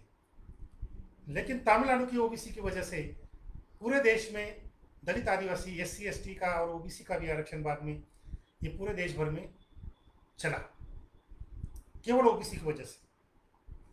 फिर आगे आकर क्या हुआ? देखो, बाबा साहब अम्बेडकर जी एक बात बहुत अच्छी तरह से जानते थे, अगर ओबीसी जागरूक हुआ तो जाति व्यवस्था खत्म होगी। एससी एसटी कितने भी जाग जाए, वो कितना भी स्टडी कर ले, कितना भी चिंतन मंथन कर ले, कितना भी बड़ा आंदोलन कर ले, कुछ नहीं होगा। ओबीसी करेगा, और उन्होंने सिद्ध भी कर दिया। 1951 में जब आरक्षण खत्म हो गया तो आरक्षण वापस लेके भी आए ओबीसी लोग। तो बाबा साहब के दिमाग में बहुत पहले से था। इसलिए उन्होंने क्या किया, संविधान में पहला आरक्षण का जो आर्टिकल लिखा वो 340 ये पहला ओबीसी का आरक्षण, और फिर बाद में 341 दलितों के लिए, एससी कैटेगरी के लिए 341, और फिर बाद में 342 आदिवासियों के लिए, 342 आदिवासी। पहले ओबीसी 341 बाद में दलित, और 342 आदिवासी। तो ओबीसी को प्रायोरिटी था, बाबा साहब अम्बेडकर दे रहे थे, और उनको मालूम था कि ये आर्टिकल की वजह से आज नहीं तो कल ओबीसी जागेगा, आरक्षण मांगेगा, और जब ओबीसी को आरक्षण मिलेगा तो जाति व्यवस्था खत्म होने की प्रक्रिया शुरू होगी। तो ओबीसी शुरू करेंगे। जैसे जैसे ओबीसी जागरूक होते जाएंगे तो ओबीसी ही जाति व्यवस्था खत्म करने का काम करेंगे। जो जाति व्यवस्था को बना रहे हैं वही खत्म करेंगे। तो जैसे ही ओबीसी को आरक्षण मिला, देखो अभी हम तीसरे चरण में हैं, नहीं 1 2 3 4 फोर्थ चरण में है। अभी हम चौथे टप्पे में आ गए, हम चौथे चरण में आ गए। ओबीसी को आरक्षण मिला, अब चौथा चरण यहां से शुरू हो।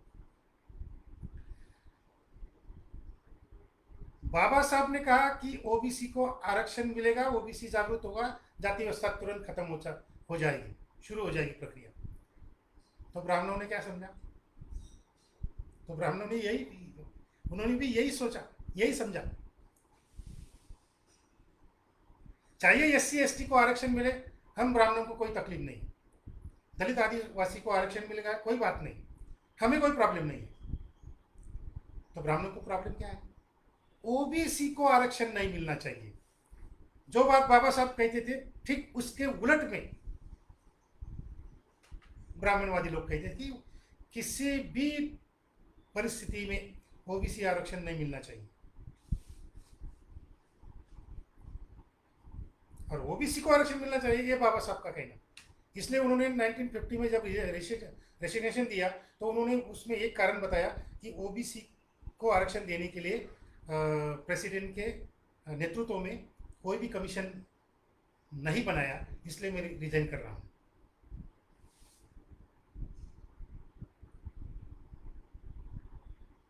तो पूरे ब्राह्मणवादी लोग काम को लग गए। एससी एसटी को मिल गया, ठीक है, उनका तो कोई प्रॉब्लम नहीं। तो कालेलकर कमीशन आया 1955 में बाबा साहब के दबाव में, और तमिलनाडु की जो ओबीसी मूवमेंट थी वो बढ़ रही थी, तो उसके भी दबाव में ये कालेलकर कमीशन को नेहरू जी ने बनाया। प्रधानमंत्री। तो उन्होंने उनके साथ में जितने भी विद्वान लोग थे उन्होंने जो निरीक्षण किया, पूरे देश में घूमे, कुछ रिपोर्ट बनाया वगैरह वगैरह, और वो कालेलकर आयोग का जो रिपोर्ट था, अहवाल था, वो पार्लियामेंट में रख दिया। और रिपोर्ट में यही लिखा था कि भाई ओबीसी को आरक्षण देना चाहिए, ये जो जातियां हैं, ये पिछड़ा वर्ग है, इनको देना चाहिए। लेकिन खुद कालेलकर जो आयोग का अध्यक्ष था, कमीशन का अध्यक्ष था, उसने उसको विरोध किया, और नेहरू जी ने सिर्फ वो कालेलकर का लेटर पढ़ा, रिपोर्ट नहीं पढ़ा। और पार्लियामेंट में कालेलकर के लेटर का चर्चा हुआ, रिपोर्ट पे चर्चा नहीं हुई। और वैसे वो रिपोर्ट पकड़ा और कचरे के डिब्बे में प्रधानमंत्री नेहरू जी ने डाल दिया। क्यों डाल दिया भाई? वो तो बहुत पुरोगामी थे नेहरू जी, सोशलिस्ट कहते थे खुद को।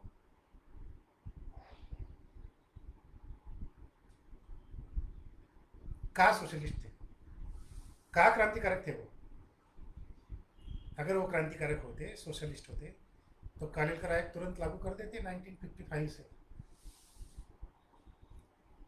तो कौन पुरोगामी, कौन प्रतिगामी, कौन क्रांतिकारी, कौन प्रतिक्रांतिकारी, कौन सोशलिस्ट नहीं, कौन कम्युनिस्ट नहीं?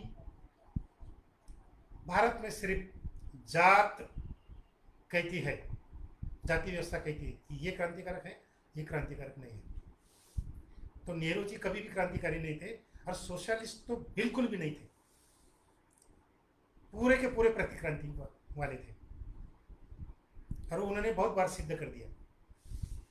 तो ये आरक्षण खत्म, वो लगा ही नहीं, तो खत्म करने की बात है नहीं, वो कचरे के डिब्बे में चला गया ओबीसी आरक्षण का रिपोर्ट, कालेलकर रिपोर्ट।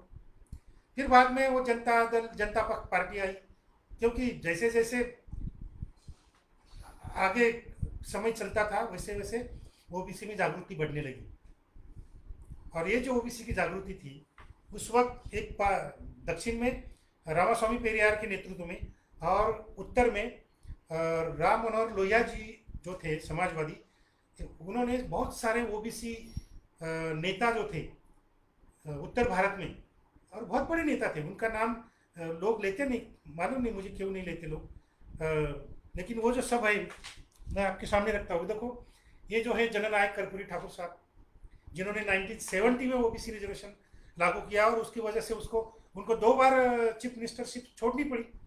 जननायक कर्पूरी ठाकुर जो नाई समाज के थे, अरे नाई समाज के तो 2 घर भी नहीं रहते गांव में, फिर भी चीफ मिनिस्टर बन गए।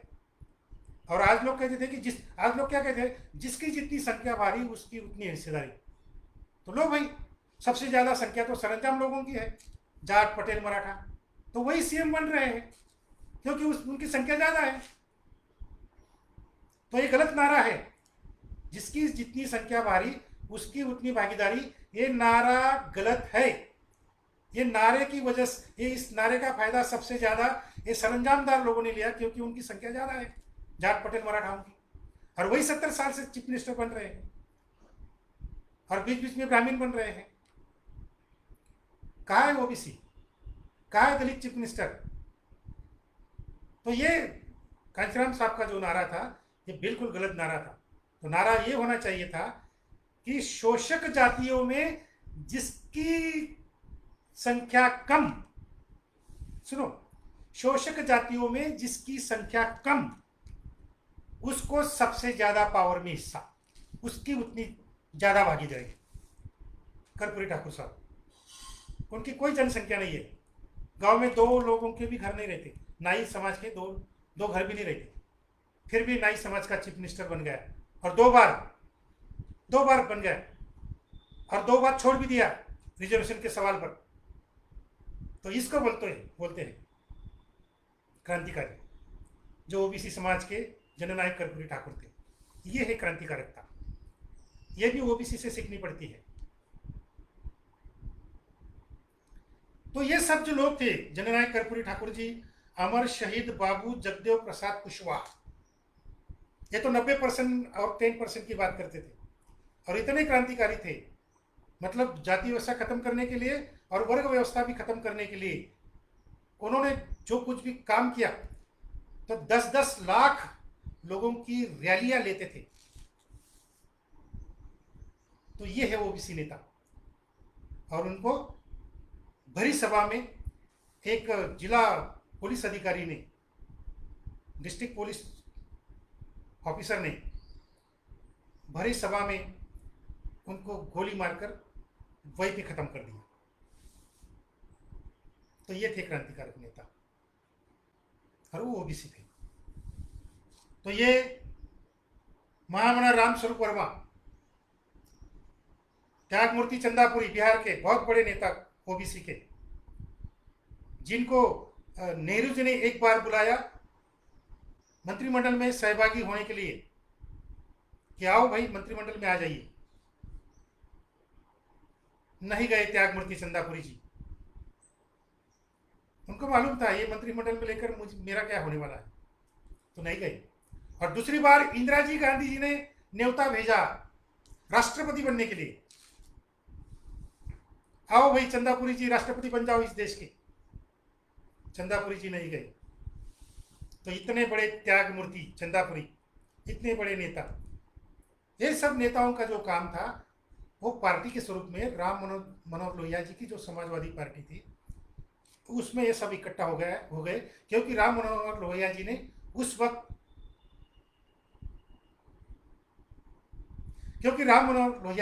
वक्त ये घोषणा की थी कि पिछड़ा पावे 100 में 60, मतलब पिछड़ों को 60% हिस्सा मिलना चाहिए, चाहे वो नौकरी में हो, चाहे पावर में हो, चाहे कहीं हो।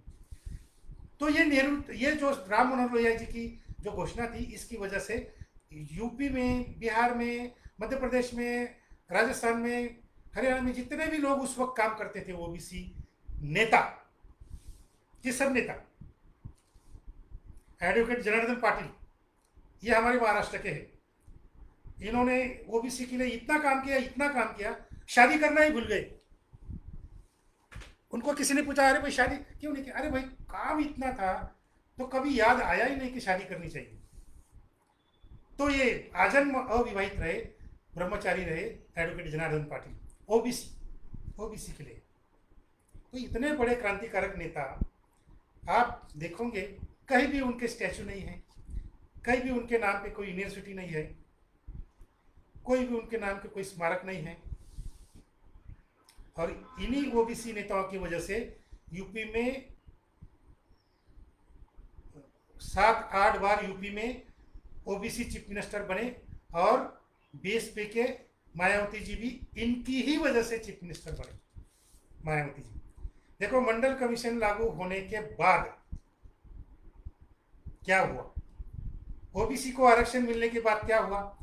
तो ओबीसी आरक्षण मिलने से पहले पूरे यूपी में और पूरे कंट्री में ज़्यादा से ज़्यादा स्टेट में एक तो ब्राह्मण चीफ मिनिस्टर था, या तो फिर जाट पटेल मराठा का चीफ मिनिस्टर था, रेड्डी वगैरह। मंडल आयोग अमल में आया और तुरंत उसके बाद में जितने भी स्टेट इलेक्शन हो गए, तो उसमें सभी स्टेट इलेक्शन में ओबीसी चीफ मिनिस्टर बनने लगे, दलित चीफ मिनिस्टर बनने लगे। मंडल कमीशन अमल में आने के बाद उसके पहले कोई एससी, कोई एसटी और कोई ओबीसी चीफ मिनिस्टर नहीं बन सकता था। मंडल कमीशन के वजह से ये एससी, एसटी, ओबीसी के चीफ मिनिस्टर बनने लगे। तो ये है ओबीसी का क्रांतिकारी काम, क्योंकि ओबीसी जागरूक होने लगा। चीफ मिनिस्टर हमारे ओबीसी के और दलितों के बनने लगे ओबीसी की वजह से। लेकिन आगे का जो पड़ाव है वो बहुत निराशजनक है।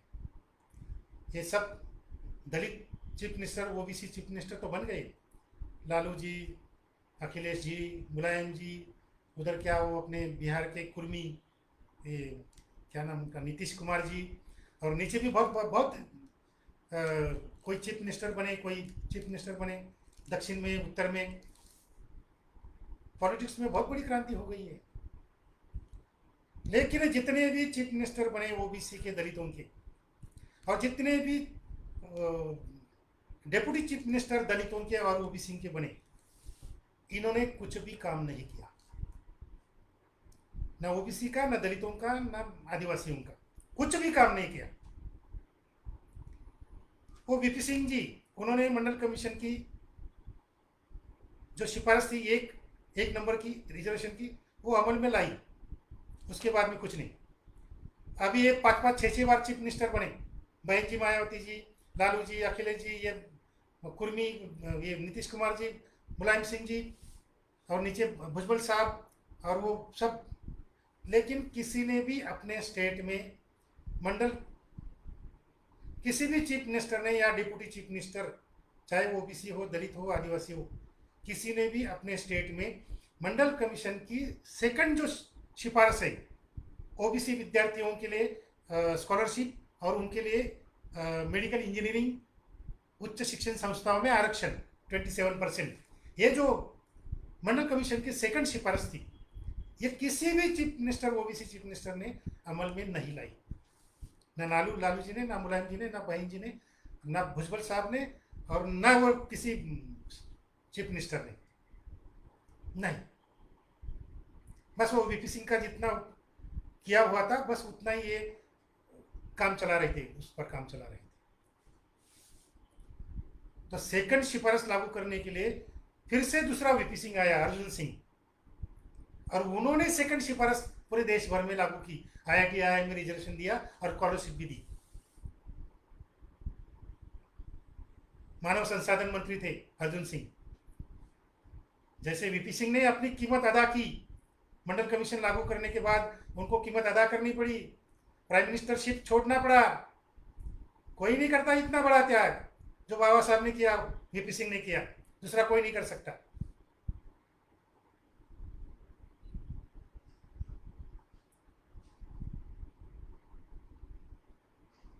तो बस वीपी सिंह पर ही काम चला रहे थे सब, मायावती जी और ये सब लालू मुलायम वगैरह सब, ये भुजबल साहब वगैरह। दूसरी सिफारिश लागू करने की हिम्मत इनमें क्यों नहीं थी?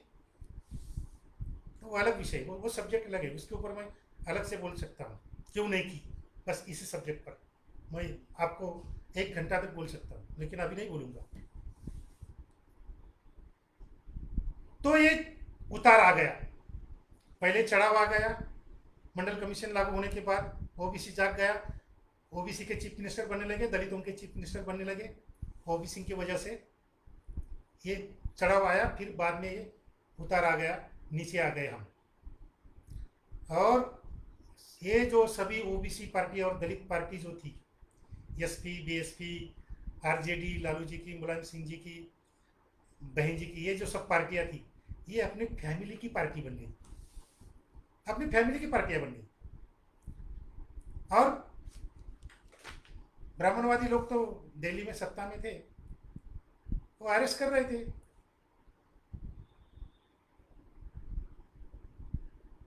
लालू जी को अरेस्ट किया, बहन जी को भी 2-3 बार कोशिश की। तो मुझे अरेस्ट नहीं होनी चाहिए, इसलिए उन्होंने ओबीसी का काम छोड़ दिया और अपनी जात की पार्टी बना ली, अपनी फैमिली की पार्टी बना ली सभी ने, चाहे भुजबल साहब हो, चाहे लालू जी हो, मुलायम जी हो, अखिलेश बहन जी हो, सबने अपनी फैमिली का, बस जात का भी नहीं, फैमिली का। तो इसकी वजह से दूसरी जो ओबीसी जातियां थी पूरे देश भर में, जो कुमार थी, नाई थी, परिट धोबी थी, तेली, साहू थी, ये सब जातियां रिवर्स में चली गई। इन नेताओं की वजह से, ये जो ओबीसी नेता थे, ये जो OBC chief minister, deputy chief minister, इनकी वजह से बाकी की ओबीसी जातियां जो थी वो हमसे टूट गई, और बीजेपी ने इसका फायदा उठाया,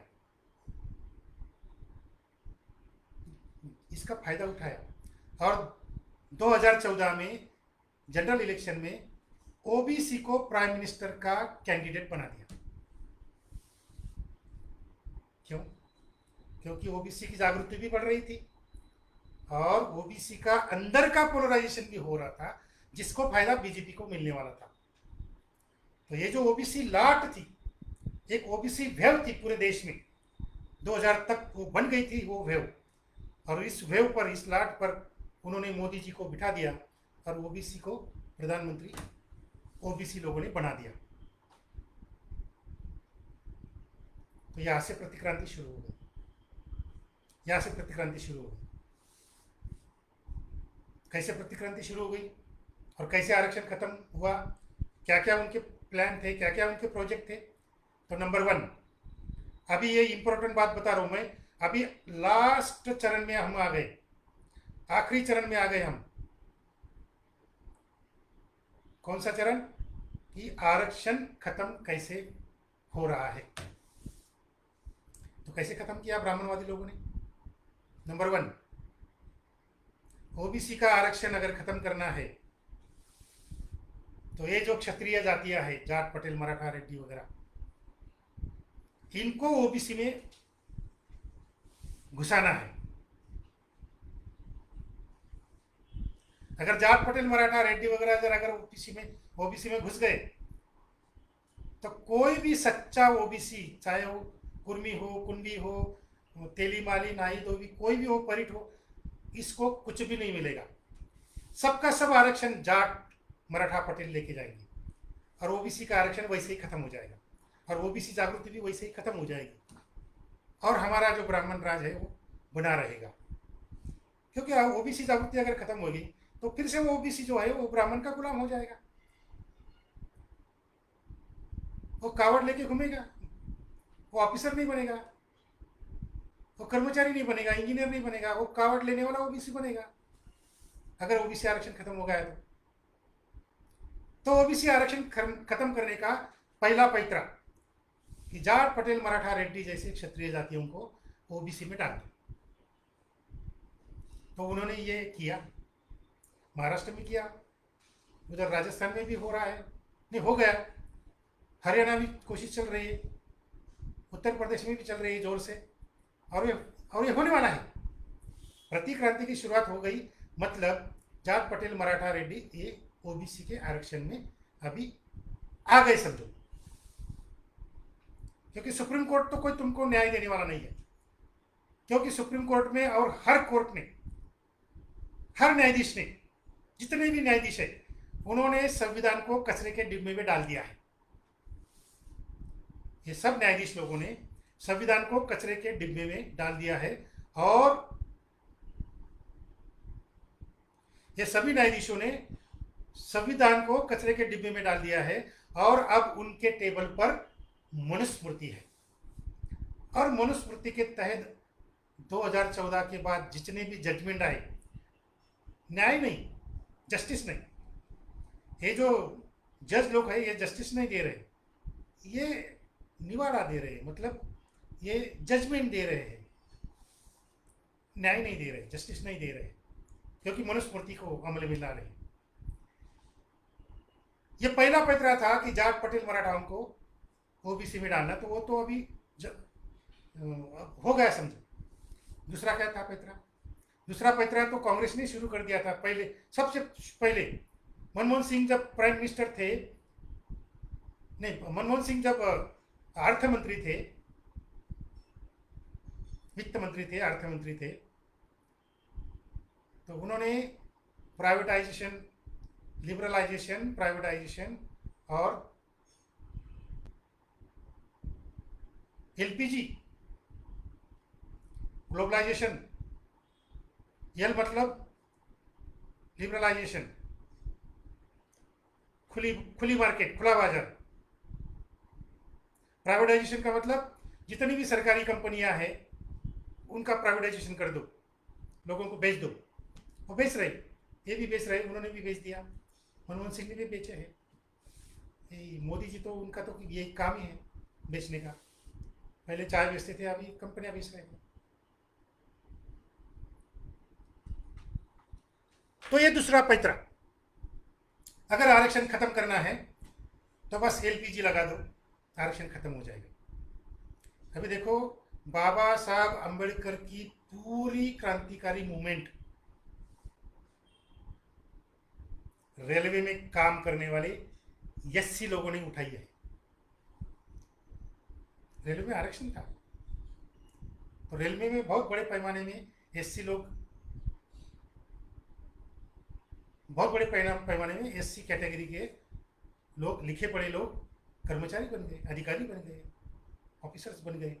तो उन्होंने बाबा साहब अम्बेडकर जी का जो ये मूवमेंट था उसको उठाया इंडिपेंडेंट लेबर पार्टी क्या थी? यही थी। बाबा साहब की इंडिपेंडेंट लेबर पार्टी जो थी, ये इन्होंने ही खड़ी की थी। और वो बाबा साहब की वो पहली पार्टी थी जो उन्होंने स्थापन की थी। जैसे ताता साहब ने जात के नाम पर कोई संगठन नहीं बनाया, वैसे बाबा साहब ने भी जात के आधार पर पार्टी नहीं बनाई, संगठन चाहे बनाया हो, शेड्यूल कास्ट फेडरेशन वगैरह वगैरह, लेकिन पार्टी नहीं बनाई। पार्टी तो क्लास के आधार पर, वर्ग के आधार पर इंडिपेंडेंट लेबर पार्टी। और ये इंडिपेंडेंट लेबर पार्टी एक ही समय में जाति व्यवस्था भी नष्ट करने वाली थी और वर्ग व्यवस्था भी नष्ट करने वाली थी। जैसे शाहू महाराज, जैसे तात्या साहब, बिल्कुल सेम टू सेम बाबा साहब। लेकिन बीच में जो कुछ प्रॉब्लम आई उनको, पॉलिटिकल प्रॉब्लम थी, भारत के लेवल पे थे, वो प्रॉब्लम के बारे में आप मैं नहीं बोलूँगा क्योंकि वो फिर अलग सब्जेक्ट है, वो अलग मैं कभी बोलूँगा। लेकिन बाबा साहब को करना पड़ा, क्या करना पड़ा? इंडिपेंडेंट लेबर पार्टी खत्म करनी पड़ी और फिर जाति के आधार पर शेड्यूल कास्ट फेडरेशन स्थापित किया और बहुत बड़ा नुकसान हुआ, पूरे देश का नुकसान हुआ। अनटचेबल लोगों का नुकसान तो हुआ ही, एससी एसटी ओबीसी का नुकसान तो हुआ ही, लेकिन पूरे देश का नुकसान हुआ। सोचो अगर इंडिपेंडेंट लेबर पार्टी अगर रह जाती, क्योंकि इंडिपेंडेंट लेबर पार्टी में अध्यक्ष संस्थापक कौन थे? बाबा साहब थे। और उनके नीचे जो काम करने वाले कार्यकर्ता थे, जो चुन के आए एमएलए करके, एमपी करके जो चुन के आए, वो सभी जाति के थे, ब्राह्मण थे, ओबीसी थे, दलित भी थे, आदिवासी भी थे। तो नेतृत्व पार्टी का कौन? बाबा साहब अम्बेडकर, एससी कैटेगरी, और नीचे सब जाति के लोग। तो ये रचना है क्रांतिकारी पार्टी की, और वही पार्टी क्रांति कर सकती है।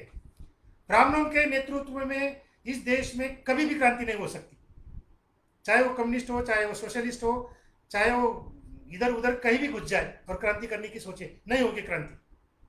क्रांति का नेतृत्व जब एससी करेगा, जब एसटी करेगा, दलित करेगा, आदिवासी करेगा, ओबीसी करेगा, तभी इस देश में वर्ग व्यवस्था नष्ट होने की क्रांति होगी और साथ में जाति व्यवस्था नष्ट करने की क्रांति भी होगी। ब्राह्मण नहीं कर सकता, न क्षत्रिय और न वैश्य, न जाट, न पटेल, न मराठा और न रेड्डी, कोई नहीं कर सकता।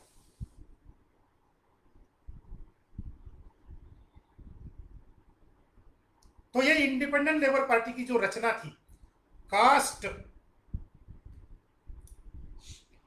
शोषक जाति में जिसकी जितनी संख्या कम, उसको उतनी ज्यादा भागीदारी, ये तत्व है इंडिपेंडेंट लेबर पार्टी का, और यही होना चाहिए सभी क्रांतिकारी पार्टीज का।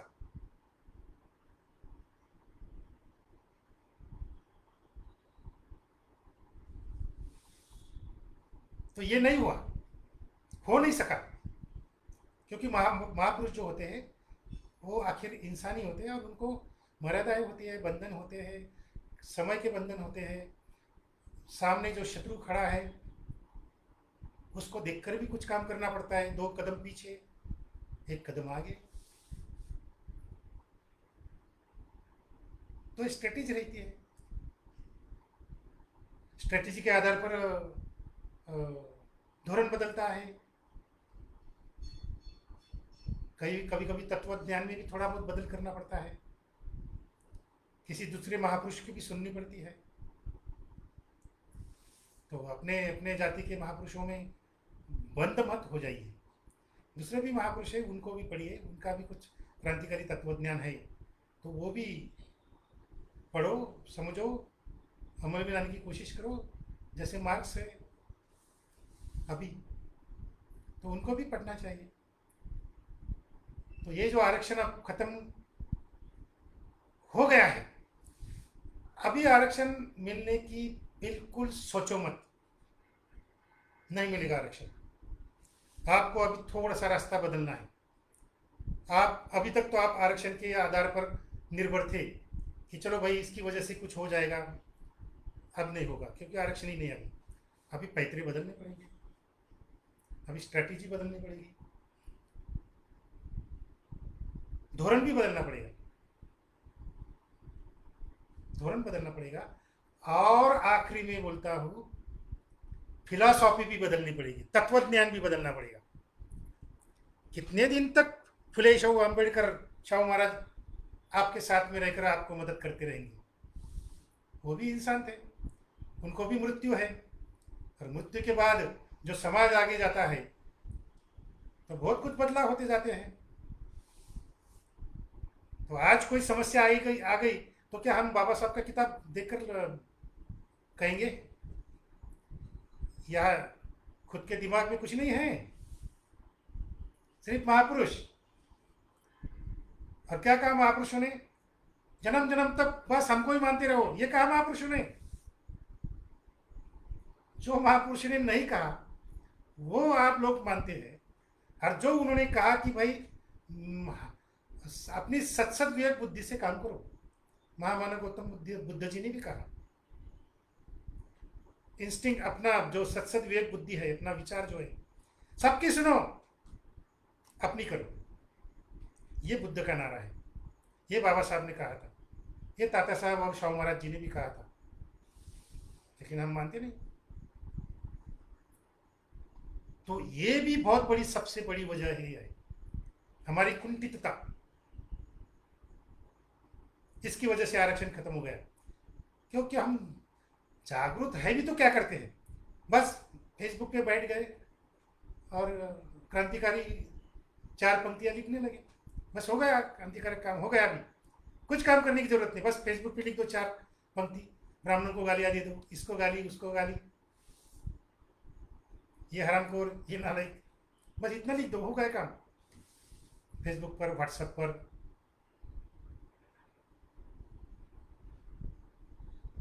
अरे भाई, व्हाट्सएप फेसबुक ये साधन है, ट्विटर ये साधन है, इसका आप उपयोग करके प्रबोधन की रेनेसेंस मूवमेंट चला सकते हैं पूरे देश में, पूरी दुनिया में, लेकिन नहीं चलाना हमको नहीं चलाना। तो देखो अभी ये समय कितना हुआ वो भी जरा कहते जाओ। कोई सवाल जवाब अगर है तो मैं रुकूंगा। कभी कितने बजे? अभी 7:48, कितने बजे शुरू किया था? हाँ चलो भाई, 1.5 घंटा तो शायद लगता है मुझे हो गया।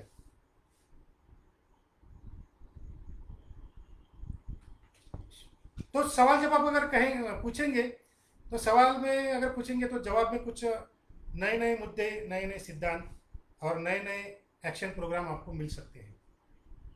सिर्फ भाषण करने से कुछ नहीं होता, डिस्कशन करना चाहिए, उसमें से निचोड़ लेना चाहिए और उसके आधार पर काम करना चाहिए। तो अगर मंथन करना है, चिंतन करना है तो सवाल पूछो, कमेंट बॉक्स में सवाल डालो। अगर आपको सब समझ में आ गया, आप ज्ञानी हो गए, तो सवाल पूछने की जरूरत नहीं। ज्ञानी तो मैं भी नहीं हूँ, मुझे भी बहुत सवाल आते हैं, रोज आते हैं, बहुत सारे आते हैं, क्योंकि मैं पूरा ज्ञानी नहीं हूँ। इन सवालों की वजह से मैं ज्ञान पूरा करने के लिए प्रेरणा मिलती है मुझे। क्या थैंक यू ऑल कर दिया तो क्या बंद करेंगे? Thank you. हाँ सुदाम जी, नहीं सवाल जवाब है तो बोलो, मैं बोलूँगा। बोलने के लिए तो मेरे पास बहुत है, लेकिन एक तरफ से कोई भाषण नहीं होना चाहिए, ये कोई प्रवचन कीर्तन नहीं है।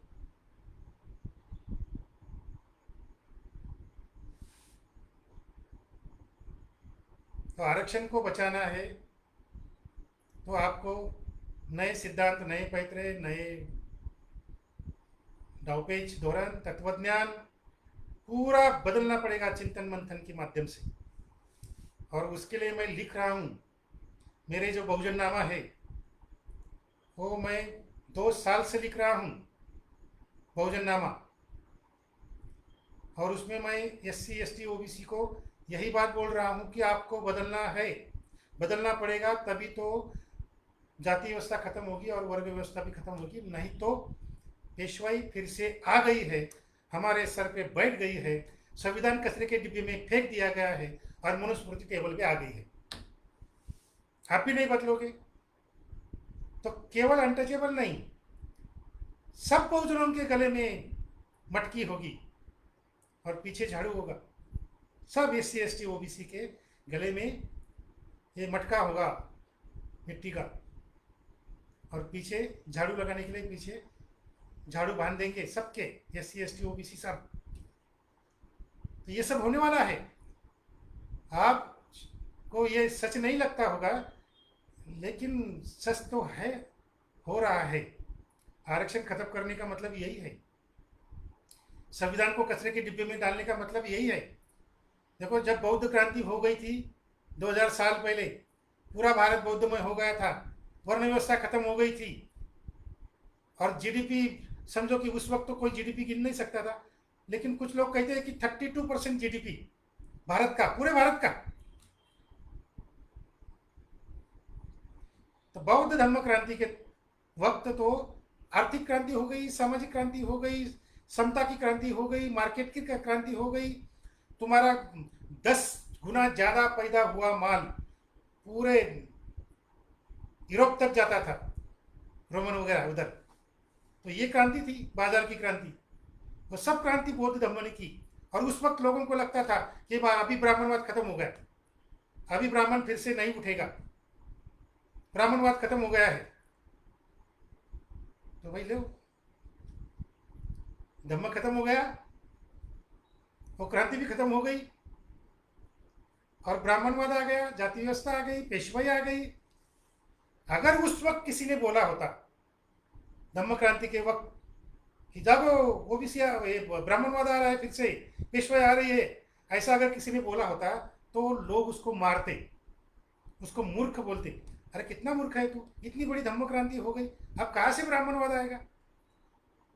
उस वक्त भी ऐसा हुआ होगा कुछ लोगों के साथ। तो अभी हो रहा है। अभी भी लोग बोल रहे हैं, अरे नहीं नहीं, कहाँ से पेशवाई आएगी, अभी तो डेमोक्रेसी है, ये चुनाव है। अरे भाई, चुनाव के माध्यम से ही पेशवाई आई ना। 3.5% लोगों की पेशवाई चुनाव के मत पेटी से, बैलेट पेपर से आई है। जो लोकशाही बाबा साहब ने हमको दी है, उसी लोकशाही के माध्यम से पेशवाई आ गई है। तो ये मत सोचो कि ऐसा नहीं होगा, वैसा नहीं होगा, हम तो बहुत मजबूत है, मैं तो बहुत बड़ा अफसर हूँ, मैं तो बहुत, मेरे तो मिल है, मैं बड़ा उद्योगपति हूँ, मेरी बहुत खेती है, बहुत बड़ा जमींदार हूँ मैं। अरे मेरा कुछ नहीं होने वाला, मैं तो बस मस्त में जी रहा हूँ और जीऊँगा, कोई पेशवाई का वगैरह कुछ डर नहीं। तो ये सब एक दिन में खत्म हो जाएगा। तुम्हारा जमीन, तुम्हारा उद्योग, तुम्हारा सब, ये जो बड़े जाओ है, ये जो मजबूती आप बोल रहे हैं, ये सब एक दिन में खत्म हो जाएगा। पेशवाई में बहुत बड़ी ताकत होती है, बहुत बड़ी ताकत होती है। आज तो उनके पास, पहले तो सिर्फ पूना में थी, अभी तो दिल्ली में है, और दिल्ली में पेशवाई होने की वजह से उसके पास मिलिट्री है, उसके पास SRP CRP है, मतलब हाफ मिलिट्री, पूरी मिलिट्री है, हाफ मिलिट्री है, पुलिस है, और गुप्तचर संगठन है, रॉ, CBI, IB, और सबसे ज़्यादा उनके कब्जे में सुप्रीम कोर्ट, हाई कोर्ट है। तो इतना ताकतवर तो पहले ब्राह्मण कभी नहीं था। आज इतना ताकतवर है ये ब्राह्मण, तो उनके पहले तो इतना ताकतवर कभी भी नहीं था, कभी भी नहीं था। 5000 साल की हिस्ट्री देखो, कभी भी इतना ब्राह्मणवाद ताकतवर नहीं था। ये 6-7 साल में ब्राह्मणवाद इतना ताकतवर हो गया कि उसके कब्जे में मिलिट्री आ गई, हाफ मिलिट्री आ गई, ये सब सुप्रीम कोर्ट, हाई कोर्ट आ गया उसके कब्जे में, और पुलिस वगैरह सब आ गए उनके कब्जे में। और ये सब जो इन्वेस्टिगेशन करने वाली जो गुप्तचर संगठन है, रॉ, CBI, CD, ED, किसी को भी उठाओ, जेल में डाल दो, बहुत बड़ी ताकत है। ये जेल में डालने की ताकत उनके पास आ गई है, तो कभी भी किसी को भी जेल में डाल देंगे। डाला है, अभी लालू जी जेल में सड़ रहे हैं, हमारे भुजबल साहब 3.5 साल तक जेल में रहे, उनको छोड़ा बाद में, लेकिन पैक्ट है। अगर ओबीसी के लिए कुछ किया तो भुजबल साहब फिर जेल के अंदर, भुजबल साहब फिर जेल के अंदर। इसीलिए मुलायम सिंह जी बाहर नहीं आ रहे कि वो पैक्ट नहीं कर रहे हैं, वो ब्राह्मणवाद को शरण नहीं जा रहे, वो सरेंडर नहीं हो रहे, इसलिए वो जेल से बाहर नहीं आ रहे लालू जी। अब उनसे भी ऊपर जननायक गोपीनाथ जी मुंडे साहब, जान गंवा दी मुंडे साहब ने ओबीसी जनगणना के लिए, ओबीसी का सेंसस के लिए। ये सिर्फ ओबीसी के बारे में होता है, दलित और आदिवासी के बारे में नहीं होता, क्योंकि उनको कोई डर नहीं है दलित आदिवासी से। उनको ब्राह्मणवाद को डर है तो सिर्फ ओबीसी से, ओबीसी नेताओं से, ओबीसी सिद्धांतों से और ओबीसी के तत्वज्ञान से। इसलिए ओबीसी जो है काम करना चाहिए, काम करना पड़ता है। सिर्फ फेसबुक पे बैठ के काम नहीं होता, तो काम करना पड़ेगा, जागृति का काम करना पड़ेगा, पॉलिटिकल फील्ड में कुछ नया काम करना पड़ेगा, नई पार्टी बनानी पड़ेगी। क्योंकि अब जो ये सब पार्टियां जो है, जो खुद को फॉरवर्ड बोल रही है, पुरोगामी बोल रही है, क्रांतिकारी पार्टी बोल रहे हैं, चाहे कम्युनिस्ट हो, सोशलिस्ट हो, चाहे वो लालू जी को हो, मुलायम जी की हो, चाहे वो बहन जी की पार्टी हो, एसपी हो, बीएसपी हो, आरजेडी हो, या इधर कुछ समता पार्टी, क्या बोलते हो, समता क्या बोलते हैं उसको महाराष्ट्र में, वो ये सब अभी नाकाम है। ये कुछ काम की नहीं, अभी ये पार्टी, ये संगठन कुछ काम की नहीं। ये सब जाति के आधार पर है, कम्युनिस्ट सोशलिस्ट जाति के आधार पर है, ब्राह्मणवाद के आधार पर है, मार्क्सवाद के आधार पर नहीं। और ये लालू जी, मुलायम जी, भुजबल साहब वगैरह, ये सब जाति के आधार पर काम कर रहे हैं, जो गलत है। तात्या साहब ने कहा ये गलत है, शव महाराज ने कहा जात के आधार पर काम करोगे तो गलत है, बाबा साहब ने भी वही कहा किया, लेकिन नहीं पूरे कर सके। लेकिन उन्होंने भी विरोध किया कि जाति के आधार पर कुछ नहीं होता। जब जाति के आधार पर काम शुरू होता है तो ब्राह्मणवाद को बढ़ावा मिलता है, ये ध्यान में रखो। तो आज भारत में जो वर्ग सिस्टम, कास्ट सिस्टम आ गई है, तो आप सिर्फ कास्ट सिस्टम का सोचेंगे तो नहीं काम होगा। सिर्फ कास्ट सिस्टम खत्म करने के लिए काम करोगे तो ब्राह्मणवाद को बढ़ावा देंगे। सिर्फ वर्ग सिस्टम को खत्म करने का काम करोगे तो ब्राह्मणवाद को बढ़ावा देंगे। और जब आप वर्ग और जाति, क्लास और कास्ट, ये दोनों खत्म करने की बात जब करेंगे तो आप क्रांतिकारी काम करेंगे, ब्राह्मणवाद को खत्म करने का काम करेंगे। तो कुछ सवाल है तो पूछो, अभी तक तो कोई सवाल नहीं आया है। देखो बाकी के जो मुद्दे हैं, बहुत सारे मुद्दे हैं, वो अगर आपके सामने सब रख दिए तो फिर और 4 घंटा लगेंगे। तो उसके बारे में अलग से कुछ सोचेंगे, चर्चा करेंगे, चाहे फेसबुक मीटिंग करेंगे या चाहे इकट्ठा आने की कोशिश करेंगे, लेकिन करेंगे। और काम तो बढ़ाना पड़ेगा। देखो अभी ये कोरोना का जो है ये 2-4 महीने तक चलेगा, फिर भी कोरोना के होते हुए भी हम तो चर्चा करने का काम तो कर रहे हैं 2 महीने से। प्रश्न कहाँ है भाई? प्रश्न नहीं दिख रहा है साहब जी। प्रश्न प्रश्न प्रश्न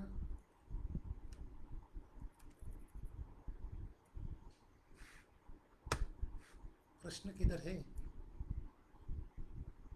हाँ, काय एजेंडा असेल ओबीसी पार्टीच्या घटना कशी असेल, अंतिम ध्येय काय असेल? देखो ये तो बहुत मूलभूत सवाल है और इसके ऊपर चर्चा अभी नहीं कर सकते। ये तो साथ में आकर बैठकर या जूम मीटिंग करके ये सवाल हम चर्चा कर सकते हैं। ये बहुत अलग मुद्दे हैं। और अगर कुछ थोड़ा बहुत इस दिशा में कुछ जानना है, इस सवाल की दिशा में अगर कुछ जानना है तो मेरे बहुजन नामा जो है वो पढ़ो, उसमें कुछ ना कुछ हिंट या कुछ ना कुछ दिशा आपको मिल जाएगी, कुछ ना कुछ मुद्दे मिल जाएंगे। तो मेरे बहुजन नामा पढ़ो। ये मुद्दे आज अभी नहीं कर सकते डिस्कशन। और क्या है? ये सब रिकॉर्डिंग कर रहे हैं ना आप? रिकॉर्डिंग करो।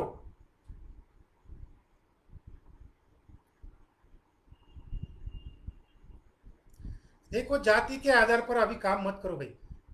इन्होंने अभी ये लिखो, ये देखो, ये सर जो है मई मौर्य आकाश मेहत्रे। हाँ, तो मेहत्रे साहब, जरा मैं क्या कह रहा हूँ वो जरा ध्यान से सुना करो। ये जाति संगठना इकट्ठा करने का काम मत करो अभी। मैं बोल रहा हूँ क्योंकि ये जो, हाँ, जाति संगठना के जो अलग अलग कार्यकर्ता है उनको इकट्ठा करो, उनसे बात करो, उनसे डिस्कशन करो, तो वो ठीक है। लेकिन ऑर्गेनाइजेशन के नाम से उनको मत बुलाओ। ये सब जाति संगठना जो है ये ब्राह्मणवाद को बढ़ावा देती है, ब्राह्मणवाद को आगे करती है, और ये बिल्कुल गलत बात है। हमारे महापुरुषों ने ये गलत बोला है। चाहे कैटेगरी के आधार पर काम किया तो भी चलेगा अभी अभी इस वक्त में, क्योंकि दूसरा कोई चारा नहीं है तो। लेकिन जाति के आधार पर मत करो। हाँ, अलग अलग जाति के जो संगठन है, उनके जो कार्यकर्ता है उनको इकट्ठा करो, उनका कैडर कैम्प लो, उनको प्रशिक्षण केंद्र में शिविर, उनके शिविर कराओ, उनका कैडर कैम्प लो। तो ये कर सकते हैं ताकि उनको आगे बढ़ने के लिए हम कुछ उनको प्रशिक्षण दे सकते हैं। तो ये प्रशिक्षण कैडर कैम्प रखो, हम वहाँ पे बिल्कुल दिलखुलास बात करेंगे, और आपके जो यहाँ पे जो कुछ सवाल है, जो मूलभूत सवाल है, बेसिक सवाल है, तो उनका जवाब हम कैडर कैम्प में देंगे। और कुछ सवाल है तो बोलो।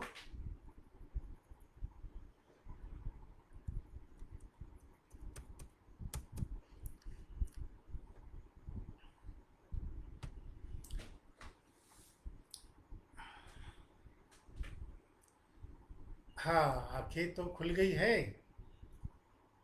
हाँ, लेकिन काम भी करना पड़ेगा मौर्य साहब।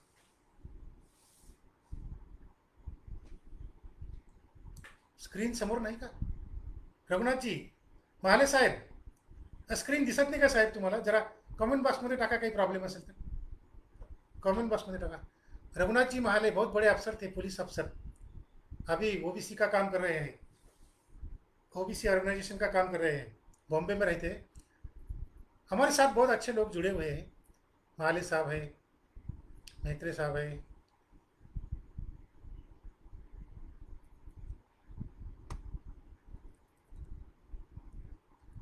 प्रोफेसर सुदाम चिंचाने, संजय खरात, अरे वाह, वेरी गुड, संजय जी, नकुलकर साहब, रघुनाथ जी माले, मेहत्रे साहब, संजय खरात, बहुत अच्छा, बहुत सारे अच्छे लोग जुड़ गए हैं। तो अभी देखो, संयोजकों को मैं पूछ रहा हूँ क्या करें, रुक जाने का, क्या चलाने का? सवाल तो नहीं आ रहे हैं, सवाल नहीं आ रहे हैं।